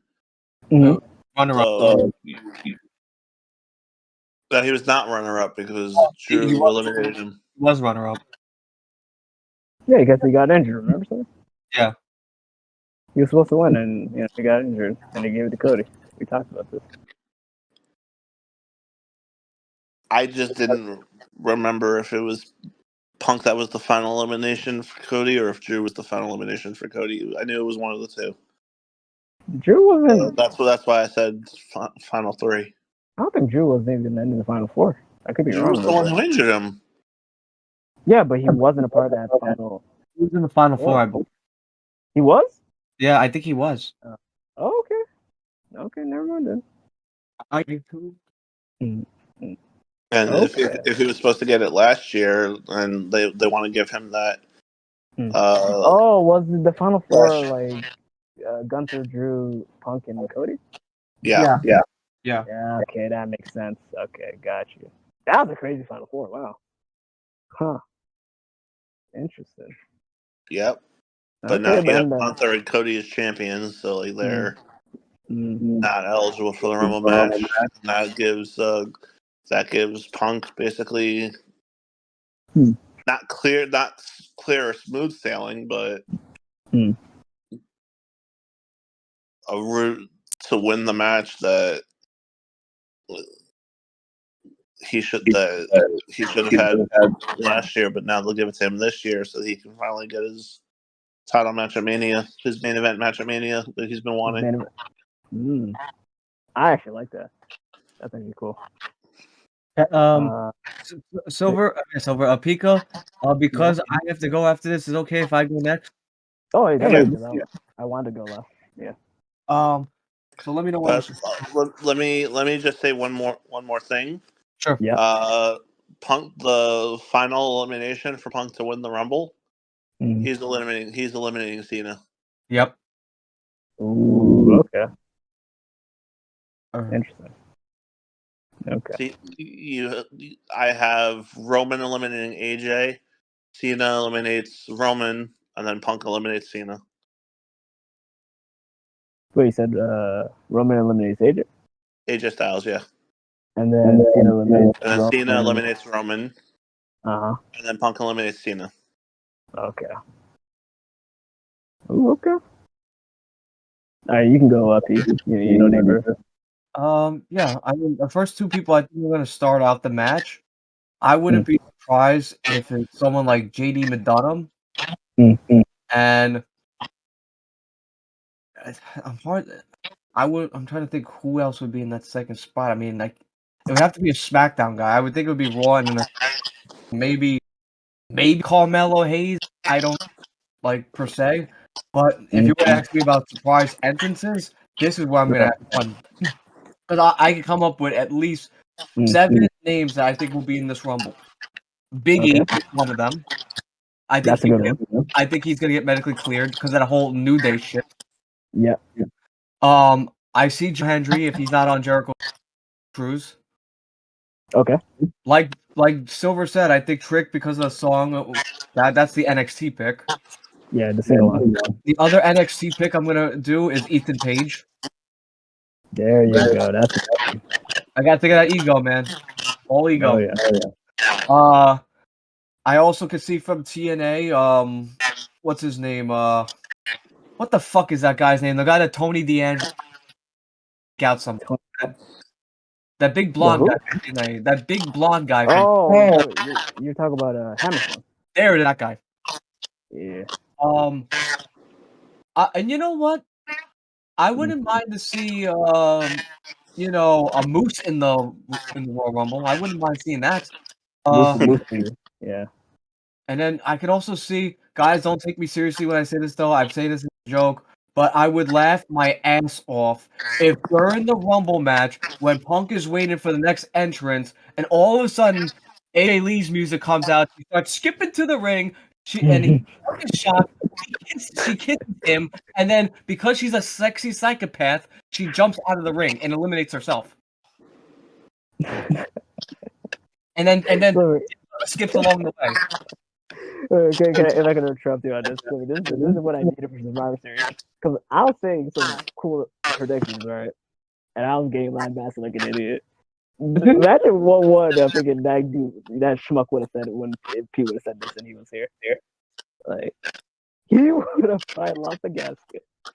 With that being said, continue, Pete. Yeah, continue. I think who else from TNA would be. Of course you could say Nick Nemeth. And here's a name. Yeah. And I could be wrong here, Silva, because I was in the bathroom when you were still doing it, but I don't think you mentioned this name. But I think as a surprise entrant, Aleister Black, the returning Aleister Black. I definitely did not say that. Okay. So you were here for all the names that I said, by the way. Yeah. I didn't hear that then. Yeah, you came back. You came back when I was still doing the two people to start the match. Okay, I'm just making sure I didn't say a name. I recapped it for you. I know. I'm making sure that I didn't say a name you already said. Right. No, and the only one you said that I said was Nick Nemeth. Well, yeah, because I knew you said that name, but I think he's Aleister Black, which he's not with AEW anymore, so it is a possibility he could come in. That's good. Wait, he's not in AEW anymore? Nope. Good for him. Contract, I believe, according to the third sheet, don't quote me because I don't want people to dissect. Well, that's the thing, though. That's the thing, exactly. Because there's a lot of people that just assume would leave, but there's no guarantee. So. It's no guarantee, but I think don't get too happy. Yeah. I think you said this also, Silver, to placate to Goldberg's retirement. I wouldn't be surprised if Goldberg was a surprise entrant. So I'm gonna go with that. Longest person Rumble. This is gonna be a shock to you, but I think it's gonna be a tie between Cena and Damian Priest. Okay. Those are two good picks. And Damian Priest, because I say that because he's a workhorse. He's a really good workhorse. It's either him or Balor. So it's either Cena, Balor, or Priest that are gonna be the longest one. My final four. Pretty much. You didn't say the Muslim. Okay. Yeah, and this is gonna come to shock to you guys. I think the person with the motivation is gonna be a tie between Roman and, believe it or not, to build him up as an incredible star, Braun Breaker. That's a good name. I think Braun can have a good name. That's realistic. That's what I'm talking about, man. The guy is so strong. Yeah, but Pika, did you see that one episode where he ran the rope and he was so strong he actually moved the damn ring when he? Yeah. He moves the ring like how fast he goes in the. Yeah. He's a little fuck. I'll say that. I'm surprised he won't break the ring one day. Like I'm sure one day he comes off the ropes and all three ropes break. They snap at the same time. Yeah. You think he's gonna tumble out of the ring when that happens? Hopefully, it don't count as elimination because the ring broke. Like the rope broke. Like it's not like he went over the top. Like, I can see him. Yeah. Next category. And then your final. I guess you're saying. Very similar to Silver's. Just one name I'm gonna not put in there instead of AJ. I'm gonna Seth Rollins. That's a good one. So I think my final four will be Seth, Cena, Punk, Roman. Okay. The winner of the match, I've been debating this one because it's really hard, but I think Cena's gonna win this, and it's hard for me to say this because I think Punk will win it, but also I have a feeling Cena might win it because it's his last, and they want to give him one last bang for his buck before he goes out the door. And let's not forget too, Cena entered the Rumble in 2005, 20 years ago, and he was actually the second runner-up, if I'm not mistaken. Next to, so imagine if he does this year, but instead of this year, he what? Instead of being a runner-up like in 2005, he actually wins the Rumble.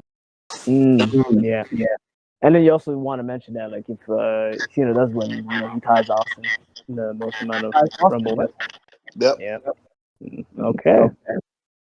Oh, and who would Cena eliminate to win it all? Oh, Which, it's gonna be. by the way, Cloud, not to cut you off here, I'm sorry about that, but if Cena does tie Austin's record of 3 Rumble wins, I'm okay with that, actually. Yeah, because it's a tie. Yeah. Yeah, I'm Yeah. okay with that. Yeah. Well, Silver just hates the records being broken. He doesn't care about tying. Like, well, there's only two people in this Rumble that could potentially beat that record: Cena and Orton. Well, that and the fact that it's been so long since somebody won a 3rd Rumble that you can do that again and it not be Not be mad about it. and it not be egregious. Like when Austin did it, he won 3 out of 4 Rumbles. Yeah, and the thing is, what makes it hurt less is that that's his final Rumble too. So it's Yeah, like him exactly. winning his final Rumble. It's like he's never gonna break it. Exactly. That's why I would be okay with it. I'm okay. Yeah. Anyway, who'd you say you would eliminate? To eliminate, to protect the other members of the thing, to protect Roman, to protect Punk. I really think, and I hate to say it, but I think Seth had to be the sacrificial. Seth? I think Cena would eliminate Seth to be, because I don't see him eliminating Punk, and I don't see him eliminating Roman. Okay. Seth has already taken losses at this point. What has he got to lose? Gotcha. So who eliminates Punk and who eliminates Roman then? Okay. Here's what I think is going to happen. Which those last two you just mentioned, I think it's going to leave them with the favor. I think that somehow it's going to lead to maybe Roman eliminating Punk, so that way Punk can have his favor, and then have that match with Roman down the way, and maybe at that time Roman will win a title, and thus it would be for a title at the main event, at one of the main events at Mania. Now, to who eliminates Roman, I think it would be a great way for Seth to get his revenge and to eliminate Roman, after that happened at last year's Mania.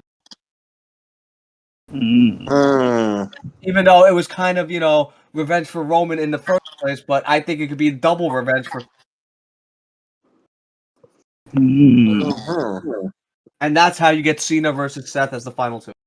See, I thought he was going to flip it. I thought he was going to say Seth eliminates Punk and then Roman eliminates Seth. That could work too. But I'm sorry. You said Seth would be the last person Cena eliminates, so it would be either Seth eliminating both Punk and Roman, or Roman eliminates Punk and then Seth eliminates. Or it's Roman eliminates Punk. You're right. I think and Seth. then Seth eliminates Roman, and then Cena eliminates Seth. What you say is, I think it makes more sense for Seth to eliminate Punk because of the whole match thing happened to get his revenge. No, because I feel like the story's finished with that. Yeah. At least in my eyes. Yeah. Like, they're not doing it at WrestleMania, so there's no point. Rubber match? No, I don't think so. I feel like the Drew thing was like a one-time thing where they had a 3-match feud. For this one, it's kind of like it was kind of one and done. But they could always come back to it. But I don't think it's Mania season that they would come back to it. But that is interesting though. Like I'm not gonna lie, like y'all both said like the top favorites to win this year's Rumble. But I want to be real quick about mine because I want you to hear what I say too, because I'm gonna say something. I'm like Hal is dropping some like bombs with the women.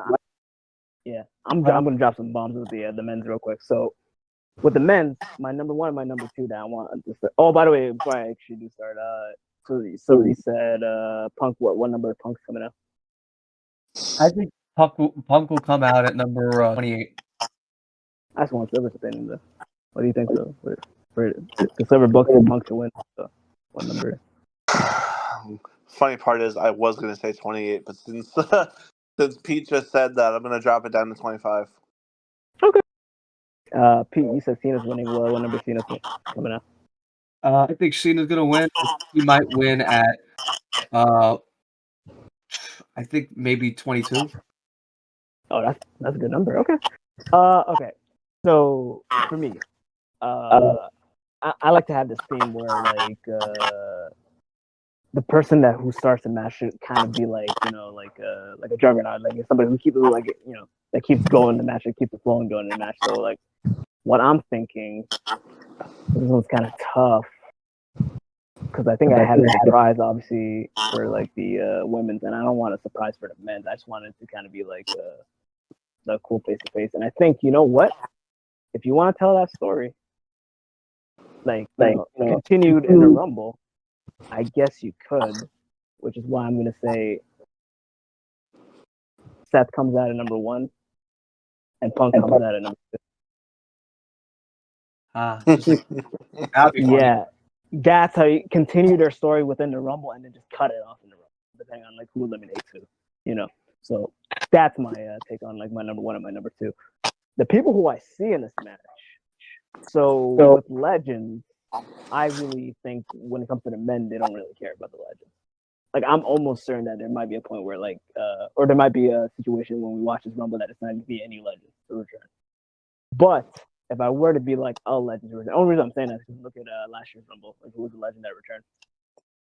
Look at the year prior. Yeah, what about the year prior? Nobody. Like nobody. Yeah, so like they don't book like men Legends no more. Like that's what I noticed, But because I think this is what's gonna actually make you cry. I think the last Legend that showed up was Thunderdome era Christian. The 2022 Rumble. 2021 Rumble. That was the last time they had a Legend in the Rumble. That's how long. And that was the Rumble Edge one, right? And that's the one. Yeah. That was literally the last time they had Legends in the Rumble. But for sake of fantasy wise, I will mention one Legend. This will be my only Legend I kind of see coming back, which is X-Pac. I want to see X-Pac in the Rumble. Because I think he's one of the few Legends that can actually go and actually have a proper run in WrestleMania match. And like Road Dogg, no one's trying to see that because he's going to be there for 2 minutes before he gets eliminated. Goldberg, nobody wants to see that, even though it serves the purpose of Braun. Like you could tell that story on Ron. Like you don't need a Rumble spot to tell that story. What are some other Legends y'all mentioned? Because obviously you mentioned Taker, Shawn Michaels, all of them. Well, I said I wanted to say them, but they wouldn't make any sense. Yeah, so the ones you said made sense was Goldberg, Road Dogg, and what else? Or was the only 2 that you mentioned? Those were the only 2 actual Legends that. Yeah. Everyone else was returns or people from TNA or NXT.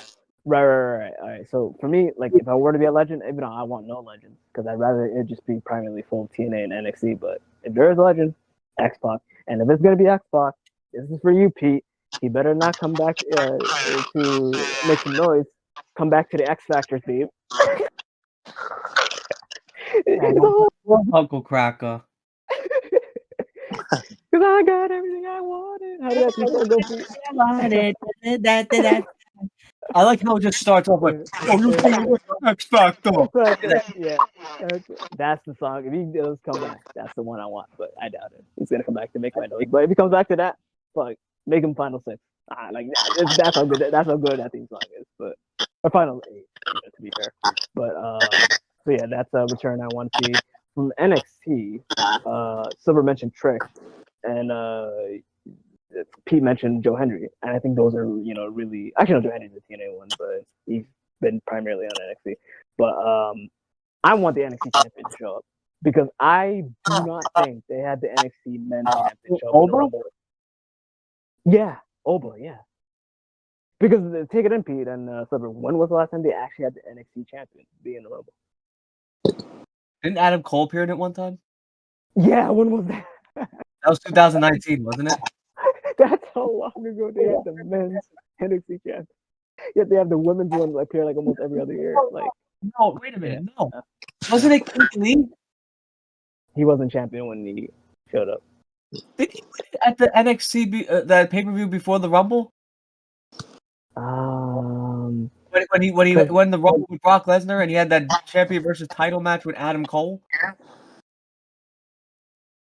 He might have been, but the thing is, if he was, they didn't say he was, and I feel like they would say he was. So. I know, but he was no, but I feel like he would have mentioned that because I remember he came out and Brock was in the ring because Brock was dominating. He was a big boy. Let me see that year. NXT. No, because he was champion. Because that was the year that he was the sole survivor for his Survivor Series team. It was him and Roman, right? Like they didn't say he was NXT champion then. No, but then he win the belt in January 2020. No. He won the title in the summer. He won a Great American Bash. That's when he unified it. Yeah, not unified it, but that's when he won the double title. But who did he lose at the? Who beat Keith Lee? See, I feel like Balor was champion around that time frame. If I'm being completely honest, because he had a second run. Yeah, he had a second run in NXT. Champions. Let me see. Yeah.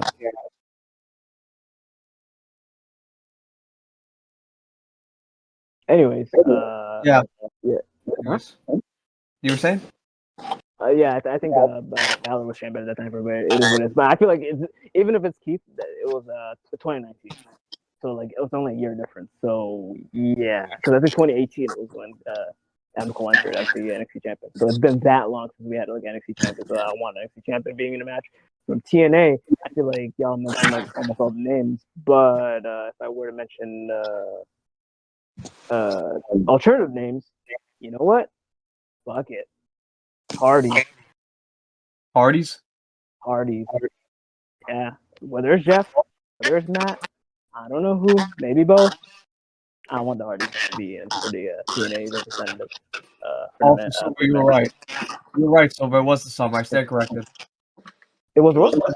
It was the summer for Keith Lee. I stand corrected. Yeah, no, I said that. I said it was the summer. He won a Great American Bash. Yeah, you're right. Yeah. Because then, but was that right in the sense that Balor was champion in that time frame? Because I feel like Balor was champion. Like, well, Adam Cole held it for 390 days, I think. Yeah, and then Keith Lee beat him, and then I feel like Balor, when he came back to NXT, because they were doing the whole NXT on TV thing, you know, going head to head with AEW or whatever, he was the main guy, and he held the title all the way up until, I want to say, I don't know, because like I'm trying to figure out like who beat Balor and win that shit. Was it Tommaso? Was it Johnny? It was one of them maybe. But regardless, so things I want to mention like as a highlight because I feel like this will get good reactions from y'all.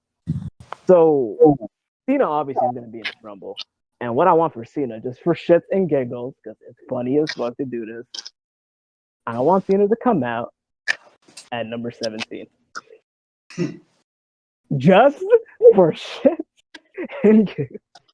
Because they're like, wait, how do you get that number? It has to be destiny. It has to be destiny. and then when Cena doesn't win, when Cena doesn't win 17, why 17? Okay, it's over. Why 17? Why 17? Because if he wins, he'll go on to attempt to become the only 17-time champion. Oh, I get it.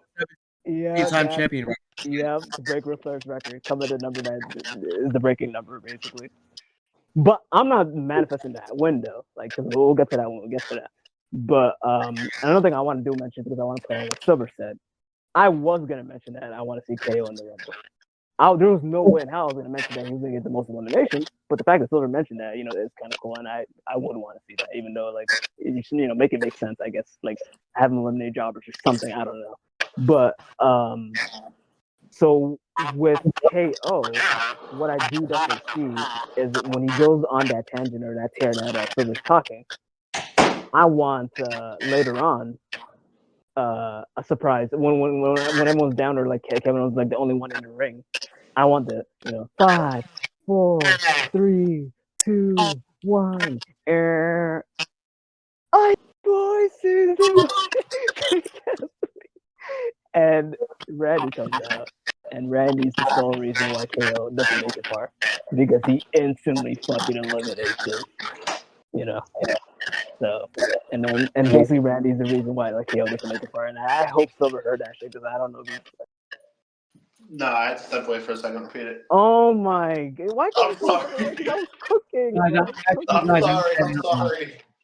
Guys, I don't mean to cut it, but I have to head out now. Oh, Yeah, I already mentioned what I was gonna say, but like you can see it on the recording whenever If you have your it's final, uploaded. I'm here for your Yeah. final picks. Yeah, I'll send it. We'll send it to you. But yeah, all right. It's fun having you, Pete. Later, Pete. Later. Yeah, but peace.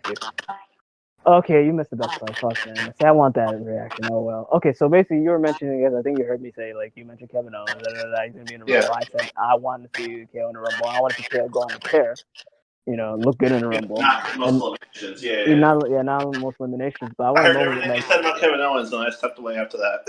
Okay, so basically, like he's standing high and tall, and what I want is when he's like the only one like stepping in the ring, and everybody else is like incapacitated. You hear the timer 5, 4, 3, 2, 1, and then when he goes, the person that comes out, I hear voices in my head, and basically Randy comes out, and Randy's at the full reason, like where like KO, either like fights them and gets instantly eliminated, or they have a good back and forth, but ultimately Randy's like the difference maker why KO doesn't go far in the Rumble.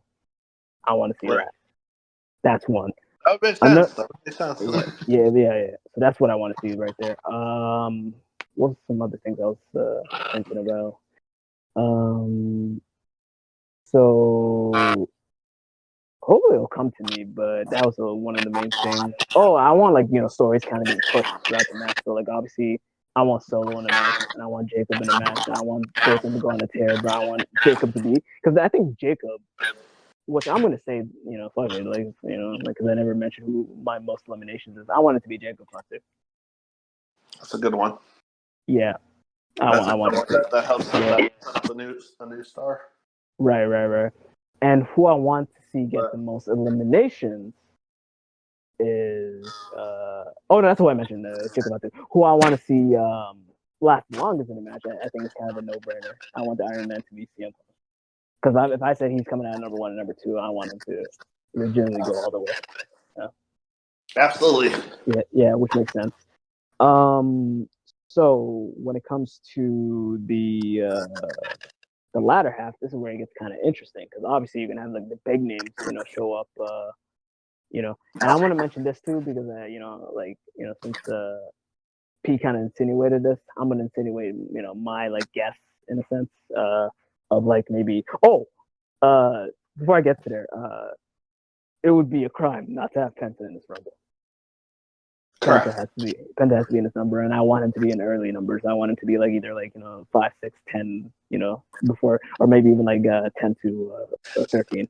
Like one of those. Like, the only reason why nobody said Penta is because he already made his debut. He wouldn't be a return or a debut. It would be his debut in the Rumble. But not in the company. It doesn't matter, because I feel like people I get it. Like it's not. It wouldn't qualify as a return. No, but it would be a debut. It'd be his debut in the Rumble. Yeah.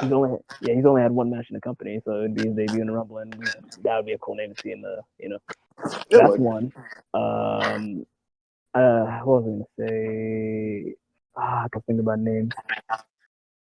Okay, so cool names, Obviously, what rings on top of my head, obviously you don't have him win, but just for shock purposes and reaction purposes wise, it would be cool to have Brock in the Rumble. And the only reason why I'm saying that is how cool would it be for a spot in the match where Jacob Hunter is being the most dominant guy in the match, for his equalizer to be Brock Lesnar, and those are the two guys that brawl together, and they simultaneously eliminate each other, type of thing. Even though if you do that, then you kind of have to book that match at WrestleMania. So I don't know necessarily the direction they're gonna go with, but Brock in the Rumble, that would be just huge. So I remember the direction I was going with. So with names that aren't a part of the company, obviously, you guys mentioned the TNA names, and then you mentioned the people who are not on the main roster from NXT, getting either called up, like Trick Williams. That could be a cool call up right there. I mentioned Nova, but I want to mention 4 names in particular that I want to see. That the likelihood, slim to none, but it would be cool to see in the Rumble. Obviously, Pete mentioned Malachi Black, or Malachi Black, whatever. That dude would be such a cool surprise. The likelihood I see that, very low, because we don't know what the fuck the contract situation is. Yeah. Another one I want to mention is Adam Cole. Yeah. we don't know what his contract situation is, and that would actually be a cool one. Another one I want to mention, which will, like, it's completely probably off everybody's radar, is imagine a Rusev return. Because I ain't gonna lie to you, Rusev returns at the Rumble, and he's out of his contract or somehow, and he comes back to WWE. I'm not getting the lie to you, fellas. Have Gunther lose the world title, because I don't want to see Gunther and Rusev at WrestleMania. That's kind of a dream match for me. Like I'm not gonna lie to you. And then the fourth one, obviously, because of his buzz and how a lot of people talk about him and this and that, it would be cool for Ricky Starks or Phoenix or whatever, or any of the guys who desperately want to get out of that company, type of thing. But for like WWE names, I'm just gonna mention, because you guys mentioned Zack Ryder and Dolph, Rusev and Cole and Black. One of those three show up, it's gonna be the biggest talk of the town. Especially if Penta's already in the match. I can picture this, because this is a reality I want to think. Obviously, out of the three, I want Cole to be back in WWE. But this is the one scenario where I would say Black would be better than Cole. If Black makes his return, and he's the one who could be the equalizer to actually take out Penta, that's a Mania match, bro. Penta and Black. What? Yo, you just put pen to paper, bro. Matter of fact, I hate to say it, like, that would be a good 1v1 match, but would I like more in that ladder match? Hell yeah, I would like more in that ladder match. But at the same time, because guess what? They both look good, even when losing. They both made it to Mania, they both showcased, and they both didn't get pinned. But, that would be something cool. So those are like the forgotten names that I see in the match. Now, when we get to the Final Four. My Final Four, I'm not going to lie to you, it's not going to be too different than what you guys said, at least for the main three. Like, I'm going to follow your guys' theme and, obviously take out... Actually, you know what? You're keeping Punk, Roman, and Cena. I'll be completely honest with you. I'm gonna tweak this a little bit more. Because what I'm thinking in my mind is, like, yeah, Punk, Cena, Roman would be cool. And you know what? I might keep it like that, actually. Because I'm thinking in my mind, it's like, if I were to replace somebody, it would have to be Roman. Yeah, I was actually just thinking that. I was about to ask you, if you're switching it up, who are you replacing Roman with? Because that's the only name I can go. Yeah, but these are like viable names I can kind of see. So hear me out on this. So with the Final Four, it's either gonna be, and I'm gonna mention all the people that could possibly be. Like, so obviously you have Cena there, you have Punk there, you have Roman there. Drew is a big factor. Yep. And then the fifth one I want to mention is Randy. So I don't know between Drew and Randy who I'm gonna give that fourth spot. But what I could definitely see is a situation where Drew McIntyre is the one who eliminates Roman. Yeah. Because it's like this was a part of the hit list. I took him on his head. I finally got him out. And when he gets him out, then I can kind of see either Drew or Randy being the one to take out Drew. But this is the thing, though, because I'm now getting to the territory where I'm booking that shit. So, like, if it was Final Five, and shit, I guess I'm gonna have to do it like this. Fuck it. Roman gets eliminated by Drew, and then it's Randy, Drew, Cena, and Randy, Drew, Cena. That's my Final Four. Before any eliminations happen, because they're gonna tell us, because I feel like you're gonna have to milk those four, because those four are actually really good. It's not to the point where it's like milking up the final two. I feel like the final two, because you know how in every year they always milk the final one. I feel like why don't you milk a four-way dynamic, like change it up for once. Yep. So you milk that four-way dynamic. Man, I wish Pete was here to hear this, bro. But like, you're gonna have to send him this soundbite on this, because I'm not gonna lie to you, man. When he said the whole AJ Lee shit and how he just went 0 to 100, that just like it just doesn't make any sense. But I just loved hearing him say that shit. It tweaked something in my head, because I'm like, okay, I'm gonna say this because I know somebody's not gonna critique me and say I'm a mental case because I said this shit. These final four are gonna duke it out for like I want to say good like 5-6 minutes, and all of a sudden you're gonna see a graphic that appears on the screen, and you're gonna see a countdown that says 5, 4, 3. All right, it's gonna start from 10, and they're gonna be like, wait, that doesn't make any sense. Like these are all 30 minutes, and everyone's gonna be counting it. And they're like, wait, did somebody not get eliminated? Like everyone's gonna be all confused or whatever. And when it hits that 0 and goes, there's only one possible name that comes out, and all you're gonna hear, and I swear, it's either gonna be positive reactions or what the fuck reactions or bad reactions. I'm there for it because I'm gonna be there laughing because they've never done this before. At number 31, you're gonna hear what the Rock is cooking, and Rock's gonna come out, and it's gonna make all the sense in the world because nobody should ever come out at 31 unless you are the final boss, a guy who actually owns a lot of WWE right now and controls a lot of WWE right now, and Rock abusing his power of his administrator role enters in the sacred that'll never happened before 31 number. This is where you're kind of like either that's cool or that's bad, but as long as you don't have Rock win it, I don't think that's a bad idea. But what's your thoughts on Rock coming out at 31 though? Like, would you like that, or would you be opposed to that shit because it breaks the sacred rules of the Royal Rumble? It wouldn't be much different from the 2015 Rumble, with the exception of Rock actually being a numbered competitor this time. Right. So this is the thing though. So Rock comes in, it changes the whole dynamic because they're all just gonna pause and just be like in shock and awe, and it's gonna be funny. It's like they're gonna if they do this 31, this is where you're gonna start laughing. This is what he's gonna do his final boss. He's literally, he's not gonna run through the ring. He's not gonna rock the ring. He's gonna have his vest. He's gonna have his sunglasses. He's gonna have his FIFA championship title that he got from Mama Louisa, the one you kept saying on Monday Night Raw. Like he got gifted that from his like. He's gonna have that shit. Do his full entrance, and they're all just gonna be like, "What? Full life support to the full everything." He goes in the ring, and basically he stares at Roman. Actually, no, Roman got eliminated. He stares at Randy. He stares at Drew. He stares at Punk. He stares at Cena. They all just fucking wail the fuck out and beat his ass. And with the help of Cena, Punk, Randy, and Drew, they all eliminate the final boss.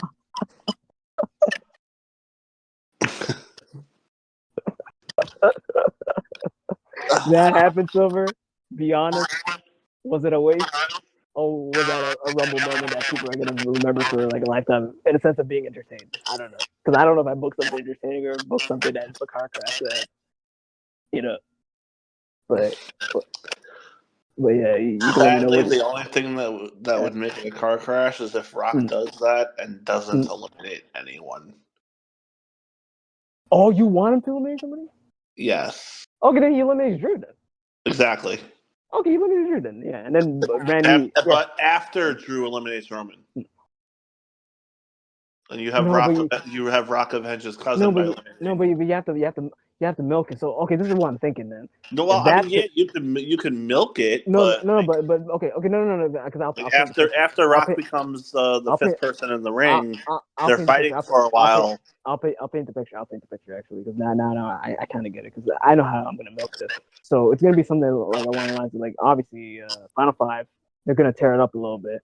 Drew's gonna get the surprise elimination on Roman, finish the story type of thing. Roman's gonna be shocked that he got eliminated. Paul Heyman's gonna be like dropping the Ula Follow, everything, doing the whole, and they're gonna milk out that like, how did Roman get eliminated? And he's gonna be like, the camera's gonna be panning on him. He's gonna do the whole walk of shame, and when he makes it to the stage, then the timer's gonna.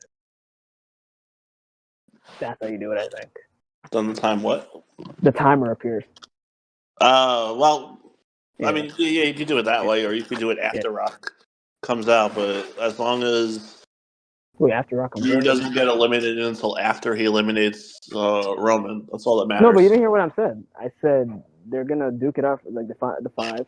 Then Roman is gonna get eliminated by Drew with a shock elimination. The camera's gonna like pan on Roman because Roman's the favorite to win it. Like how the hell did Roman not win it? Like this is literally the first time he entered the Rumble since God knows when. You know, so like the fact that he never made it to the final four is gonna be shocking. They're gonna milk that long. He's gonna do the whole walk of shame or whatever. And then when he makes it to the stage, that's when the timer appears. That's Right. The only and issue I have is the timer appearing. I want Rock to be in the match before Roman's eliminated. Wait, why?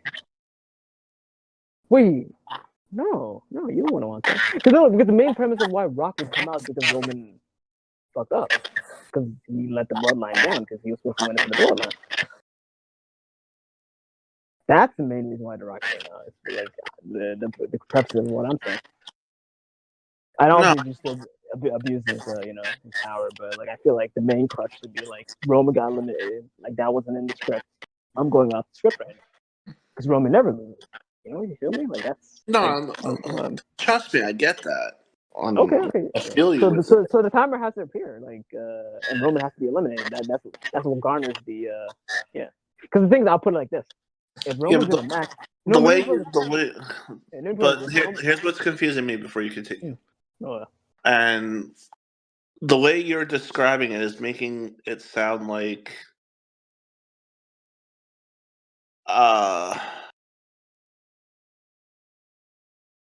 there's only 4 people left in the ring, and then Roman gets eliminated, and then Rock replaces that 4th person.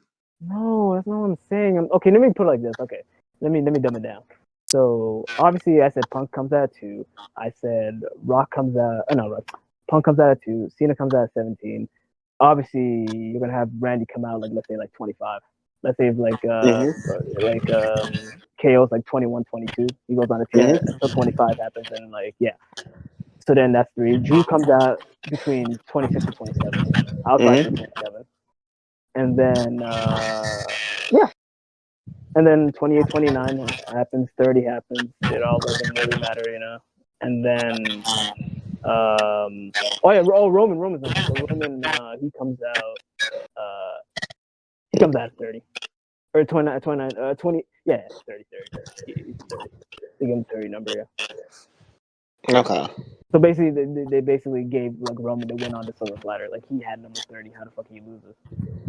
So it's a surprise shock when Drew eliminates him when it's the final, And then all the numbers are gone away because that's the whole point of the timer happening. The timer happens because it's shocking.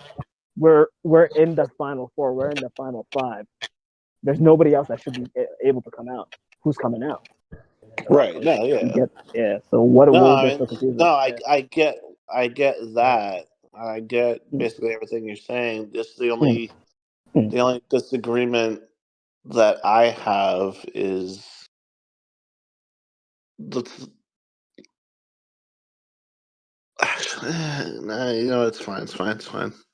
I'm saying, give me the baton, bro. I'm being creative here. Okay, so that happens. So basically, with the help of so Drew gets eliminated by The Rock, and then by the help of Randy, Cena, and Punk all team up, and they get rid of the final boss, and I guess a good reaction. So you have Randy, Cena, and Punk. This is where you do a situation where like you do a lot of near falls in the sense of like like CM Punk tried to eliminate Randy, but Randy doesn't get eliminated yet, and then Randy tries to eliminate Cena doesn't get eliminated, and they all just like have their moments, and then maybe a situation where what scenario would I create?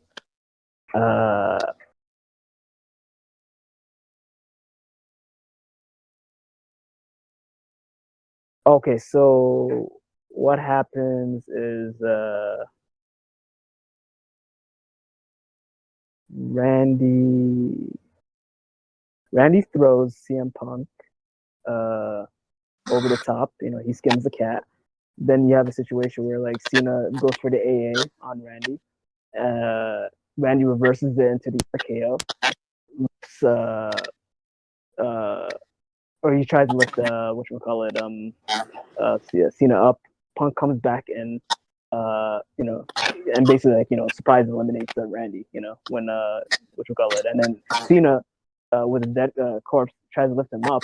Cena does the whole Super Cena shit, surprise A out of nowhere. They're both down, and then they both like basically having to stare off, like like after they recover, because the crowd's gonna lose their shit whenever like Cena. Yeah.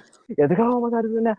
And then they have their moment where they stare down, they have their punches, yeah, boo, yeah, boo. It's gonna feel like it's like fucking Money Back 2011.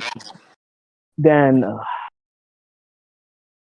what do you do? I guess you have a situation where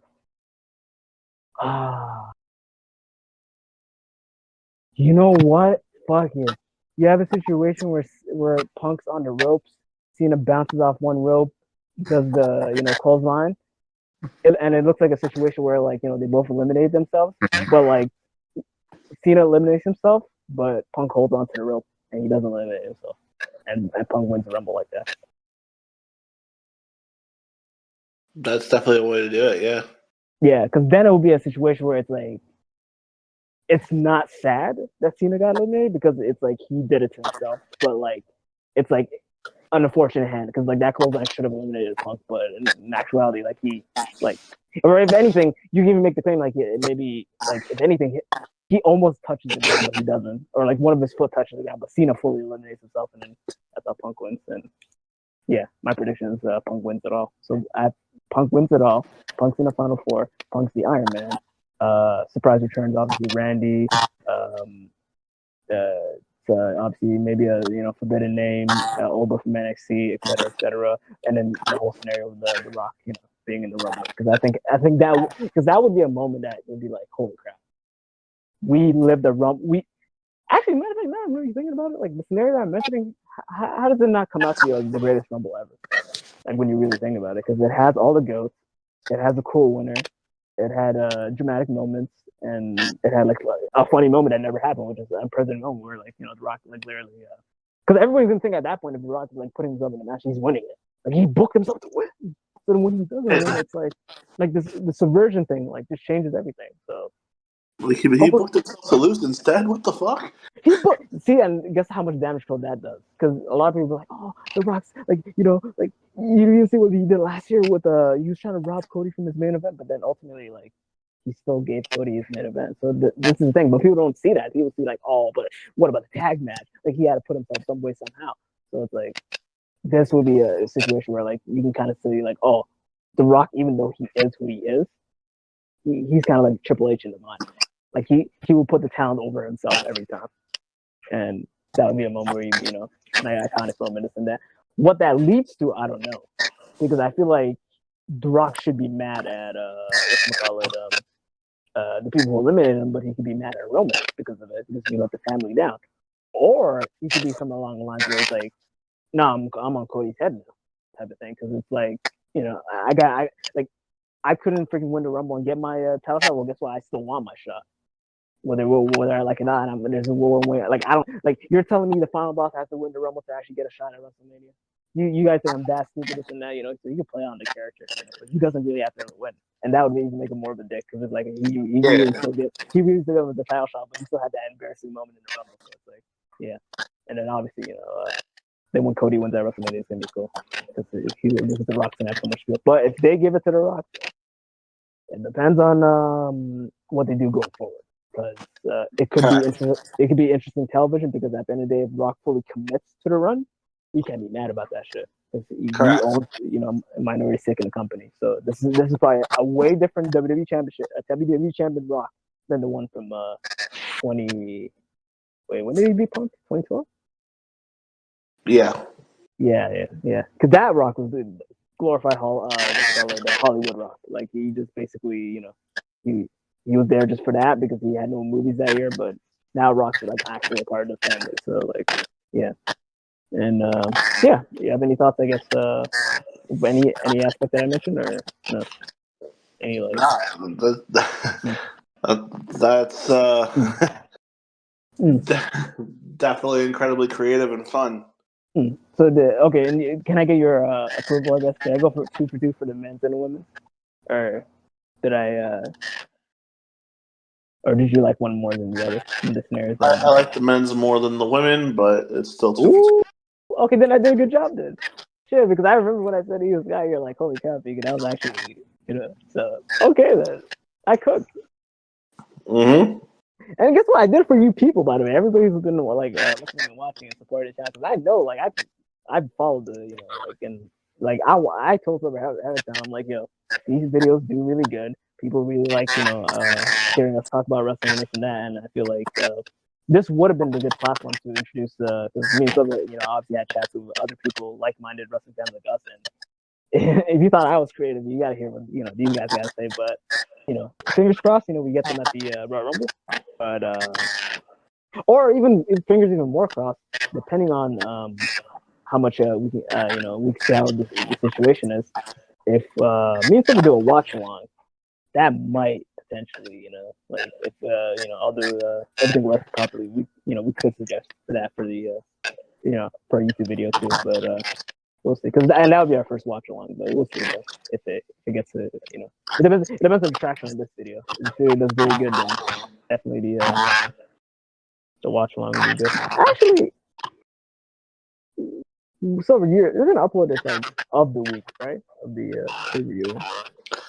I'm gonna try to have it ready for Mm-hmm.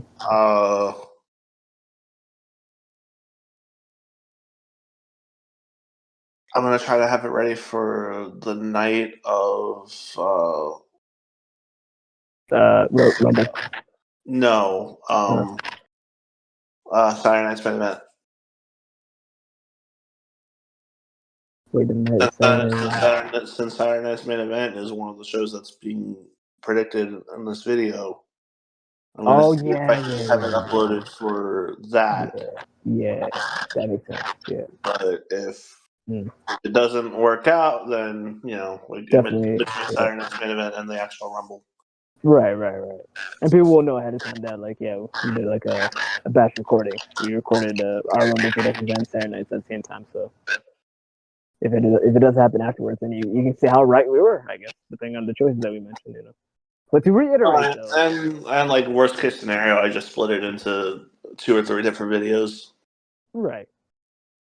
But I wouldn't want you. That being one video, the main Rumble predictions being another, and the side banter being its own video.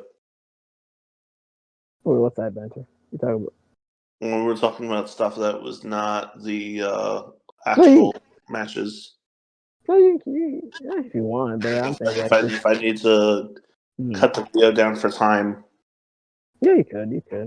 But I'm thinking in my mind, like, this is already getting close to 4 hours. Yeah, but I'm saying, like, if you do it the way I'm assuming you're gonna do it with you do editing process of how what's gonna be shown while we talk.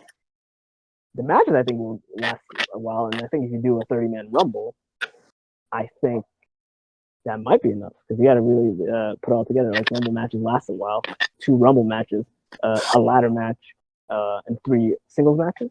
I could equate to potentially a 3-4 hour show, but who knows? Yeah. We'll see though, because I trust him with his reasoning and this and that. If he cuts anything for the viewers, so be it. But if I cut anything in the main prediction video, I would upload it as a separate thing, the entertaining banter that we have that's not related to matches. I think you put it all together. I think you put it all together, and I feel like how you should do it is obviously we started with Saturday Night's Main Event. Have the recording of whatever we said, and also the gameplay, and then whenever that ends, timestamp it to when we started. So you can say somewhere in the video like skip to hear the beginning. I'm gonna have to figure out how to do timestamps, but sure. Yeah, you can do descriptions too, by the way. Like that's another thing too. You don't have to do a video edit. You can like literally you know what I'm thinking. You know what I mean with timestamps. You know how like when we watch YouTube videos, segment A, segment B. That's all you need to do for the video edit. YouTube wise.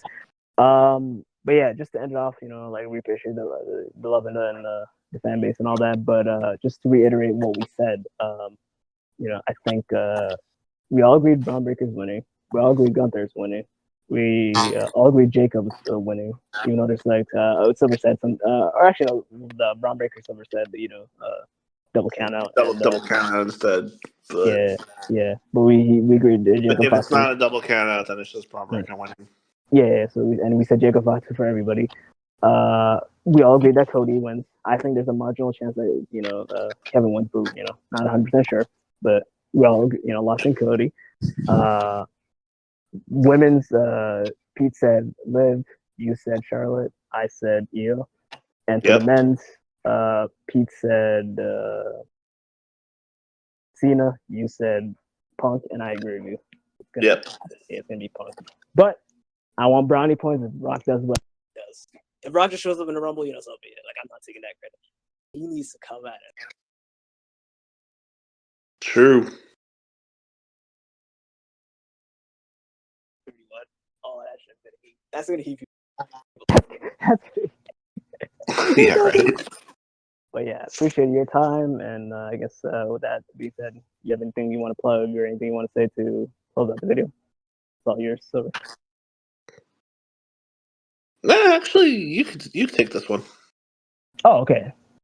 That being said, expect more amazing content, and also shout out to everybody who was a part of this video, even though it was me, you, and Pete.